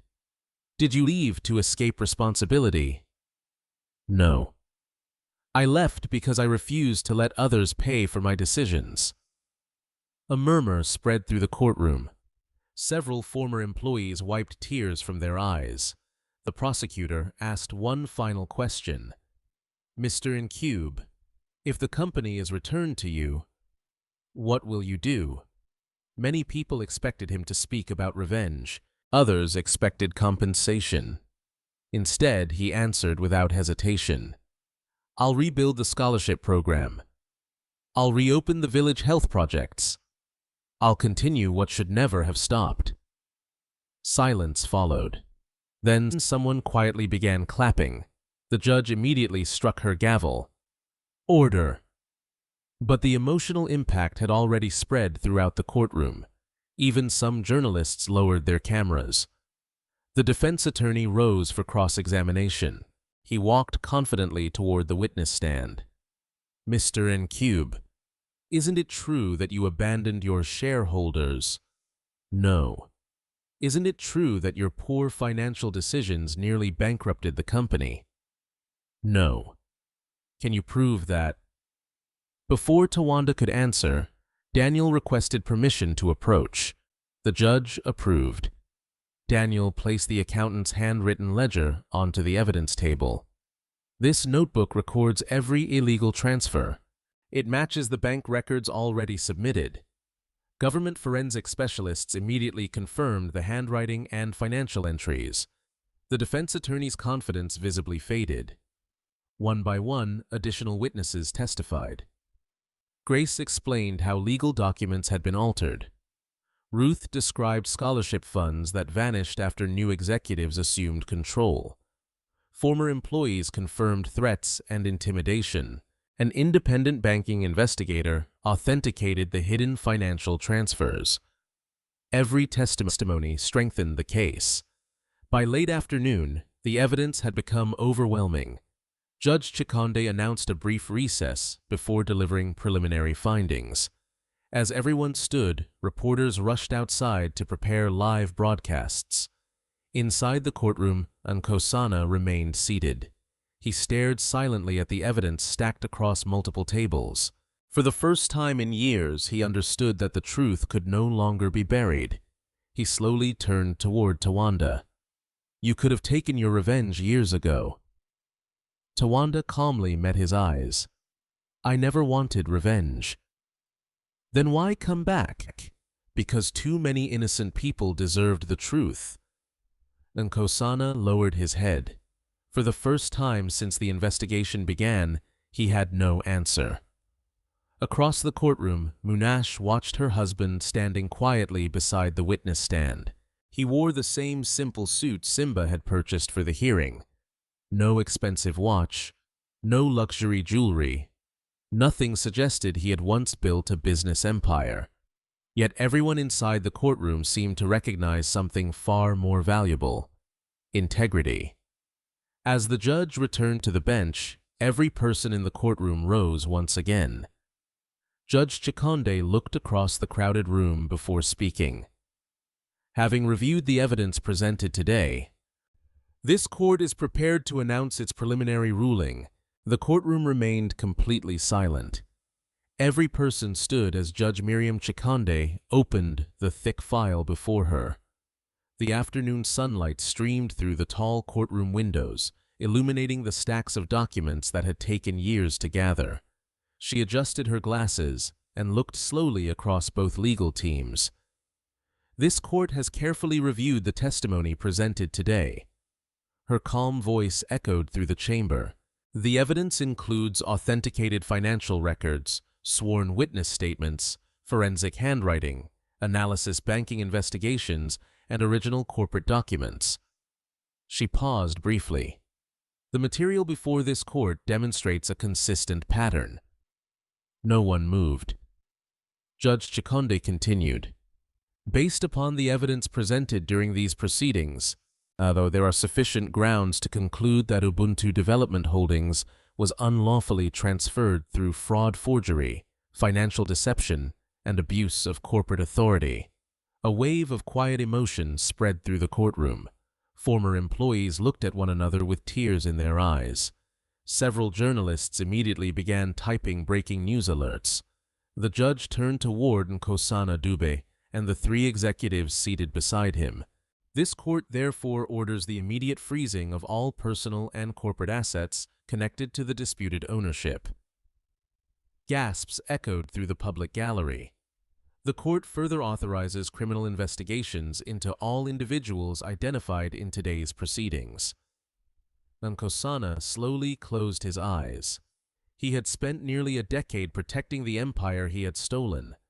Within seconds, it had begun collapsing. The judge continued reading. Until the criminal investigation reaches its conclusion, all operational control of Ubuntu Development Holdings shall be transferred to an independent court-appointed administrator. She looked toward Tawanda. The court also formally recognizes Mr. Tawanda Nkube as the original lawful founder of Ubuntu Development Holdings, pending final restoration proceedings. The room erupted into applause. Judge Chikande struck her gavel several times. Order. Despite her warning, many former employees could no longer contain their emotions. Some embraced one another. Others openly cried.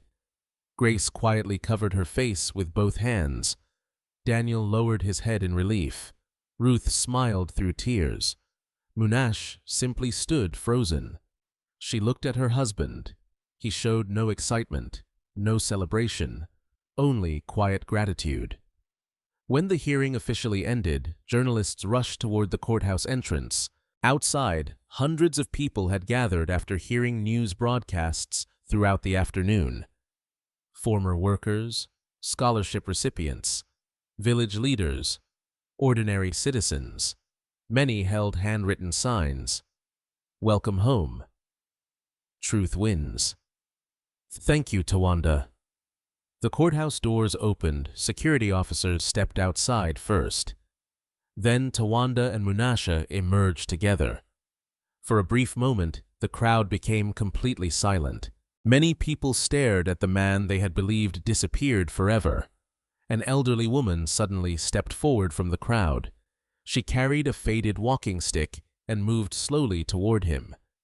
Tears streamed down her face. "Do you remember me?" Tawanda looked carefully at her.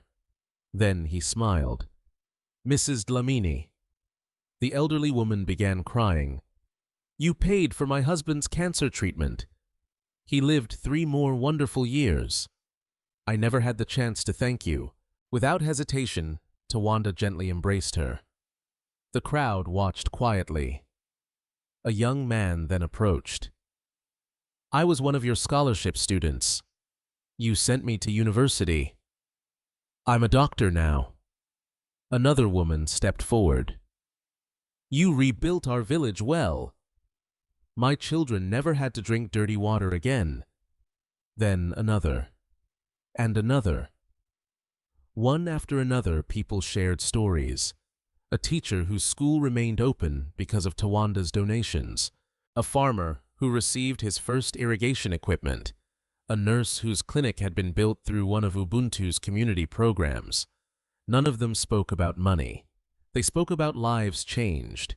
Journalists lowered their cameras. Many simply listened. Finally, one reporter asked the question everyone wanted answered. "Mr. Nkube, after everything that happened, how do you feel today?" Tawanda looked around at the crowd before answering. "I don't feel victorious." The reporter looked surprised. "You don't?" He gently shook his head. "Justice isn't about celebrating another person's downfall. It's about giving people back what was taken from them." He looked toward the former employees standing together nearby. They lost jobs. Communities lost hospitals. Children lost scholarships. Families lost opportunities. My responsibility begins today. Another reporter raised her microphone. "Will you return as chief executive?" He smiled quietly. "If the law allows it. I'll return only to continue the work, not to seek revenge." His answer quickly spread across television broadcasts and social media throughout the country. That evening, every major news channel carried the same headline: Founder returns after 10 years.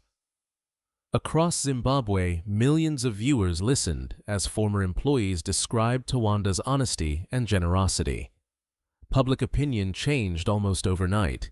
The man once accused of abandoning his company had become a symbol of integrity. Meanwhile, inside a government detention facility, Nkosana Dube sat alone in a small interview room. His expensive suit had been replaced by plain clothing issued during questioning. The confidence that once defined him had disappeared. An investigator entered carrying several folders. "We've recovered additional financial records."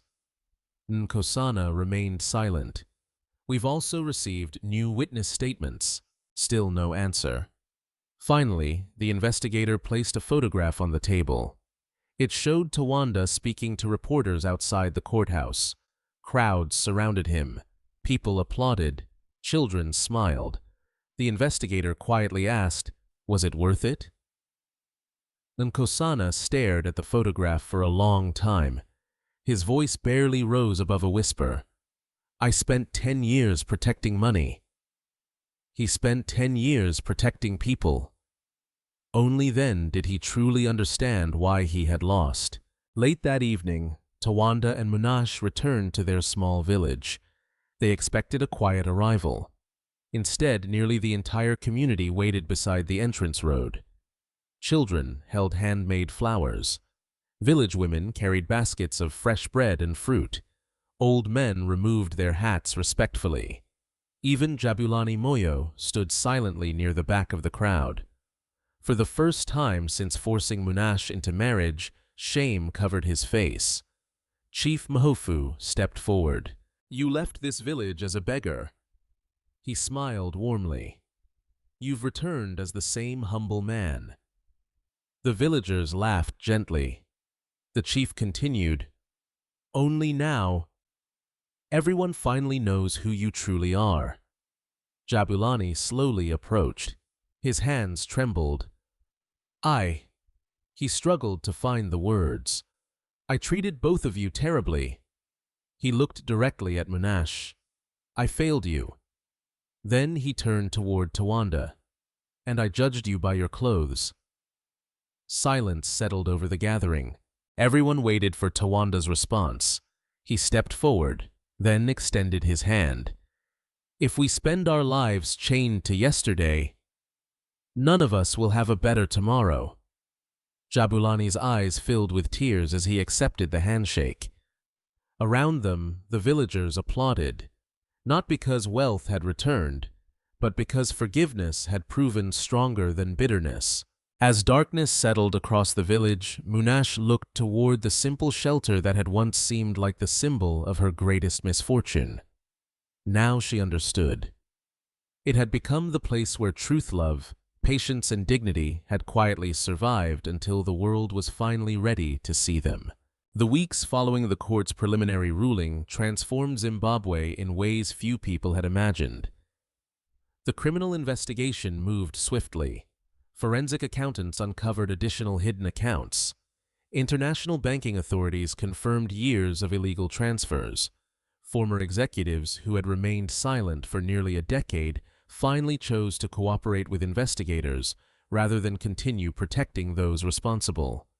One by one, the truth emerged. Every major accusation against Tawanda was officially withdrawn. Every forged document was identified. Every fraudulent ownership transfer was traced back to the same group of conspirators. Several months later, the High Court issued its final judgment. Ubuntu Development Holdings was legally restored to its rightful founder. The judges also ordered millions of dollars in recovered assets to be redirected toward rebuilding the educational, medical, and agricultural programs that had once changed thousands of lives. When the decision became public, television stations interrupted regular programming. Newspapers printed special editions. Across villages and cities, people celebrated not because a wealthy businessman had regained his company, but because justice had finally defeated corruption. Despite everything, Tawanda refused to organize a lavish celebration. Instead, his first official day as chairman began exactly as Munashe expected. He drove to the small rural primary school where children had once gathered beneath a tree because their classroom roof had collapsed. The teachers stood speechless as several construction vehicles entered the school grounds. Engineers followed. Architects unfolded building plans. Workers began measuring the land. The headmistress approached Tawanda with tears in her eyes. "You remembered," he smiled. "I promised these children a proper school." Within weeks, construction had begun. Modern classrooms replaced broken structures. A library filled with books opened its doors. A computer laboratory welcomed students who had never touched a computer before. Clean drinking water reached every classroom. Parents who had once considered removing their children from school now watched them run through bright hallways filled with hope. That was only the beginning. The scholarship program Ruth Banda had fought so hard to protect returned on an even larger scale. Hundreds of students received financial support during the first year. By the second year, the number had doubled. Village clinics that had closed after the corporate takeover reopened one after another. Medical equipment arrived. Doctors accepted long-term assignments. Mobile health teams began visiting remote communities every week. Farmers once again received seeds, irrigation equipment, and practical agricultural training. Thousands of families who had nearly abandoned their land slowly rebuilt their livelihoods. Reporters frequently asked Tawanda why he focused so heavily on villages instead of expanding the company's international investments. His answer never changed. A successful company should first improve the lives of the people who helped build it. The sentence soon appeared in newspapers, business schools, and leadership conferences across Africa. Meanwhile, Munashe quietly found her own purpose. Although she could have enjoyed every luxury available, she chose something different. She established a foundation supporting orphan girls living in rural communities. Whenever people praised her generosity, she always smiled and answered the same way. "I simply remember the frightened orphan I used to be." Every girl who entered the foundation received more than food and education. They received confidence, mentorship, safety, and the belief that poverty did not define their future. One afternoon, nearly 2 years after the court victory, Munashe and Tawanda returned to the tiny roadside shelter where their journey together had truly begun. The building remained exactly as they had left it: the patched roof, the wooden crate, the repaired doorway. Chief Mofu Dube waited outside beneath the old tree. Although age had slowed his steps, his smile remained unchanged. "I wondered when you'd come back." Tawanda embraced the elderly chief warmly. "We never forgot." The three of them entered the small shelter. Nothing inside had been replaced. The simple table still stood beside the wall. The worn blanket remained carefully folded. The wooden crate rested quietly in its familiar corner. Munashe smiled. "Everything started here." Tawanda nodded. "This place taught us what truly matters." Chief Mahofu looked around thoughtfully. "Many people believe wealth changes a person's character." He turned toward the couple. "But I think poverty reveals it." The three shared a gentle laugh. Before leaving, Tawanda carefully removed the hidden leather folder from beneath the crate one final time. He opened it, eyes slowly. The old company registration certificate remained inside. So did the newspaper photographs, the letters, the awards. Finally, he picked up the sealed envelope that Munashe had never opened. She looked at him. "Are you ready now?" He smiled. "I think so." He carefully broke the seal. Inside rested only a single handwritten page. It had been written by Tawanda years earlier during the darkest period of his life. He quietly read the words aloud. "If this letter is ever opened, it means truth has finally returned. Remember that losing money is painful, losing reputation is harder, but losing compassion would be the greatest failure of all. If I ever become wealthy again, May I never forget the people I met while I owned nothing." Silence filled the shelter. Munashe gently wiped away a tear. "You kept your promise." He folded the letter carefully. "I tried." Chief Mhofu smiled proudly. "You did much more than try." As they stepped outside, several village children ran toward them laughing. None of them knew the full story of the old shelter. To them, Tawanda was simply the kind man who always remembered their names. One little girl tugged on Munashe's hand. "Will you come back again?" Munashe knelt beside her. "Of course." The little girl smiled brightly. "We'll be waiting." Years later, people would remember the remarkable court case, the restored company, and the businessman who defeated corruption. But those who truly knew Tawanda remembered something far simpler. They remembered a man who never stopped sharing his bread, even when he had very little. They remembered a husband who gave his wife freedom instead of control. They remembered a leader who believed businesses existed to serve people rather than the other way around. And they remembered a young orphan named Munashe, who was forced into a marriage she never wanted, only to discover that the greatest treasure she would ever receive was never hidden inside a company, a courtroom, or a fortune. It was hidden inside the character of the man the world had mistaken for a beggar. Perhaps that is the lesson this story leaves behind for all of us.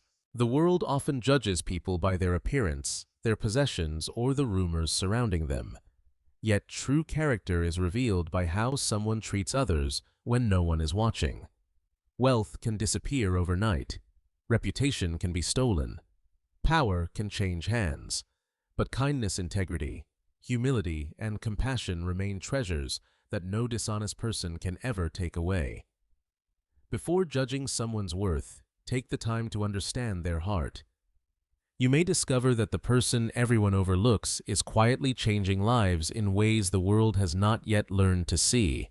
If this story touched your heart, don't forget to like this video, share it with someone who needs a reminder that true greatness comes from character, and subscribe for more inspiring stories of hope, justice, forgiveness, and extraordinary lives hidden behind ordinary appearances.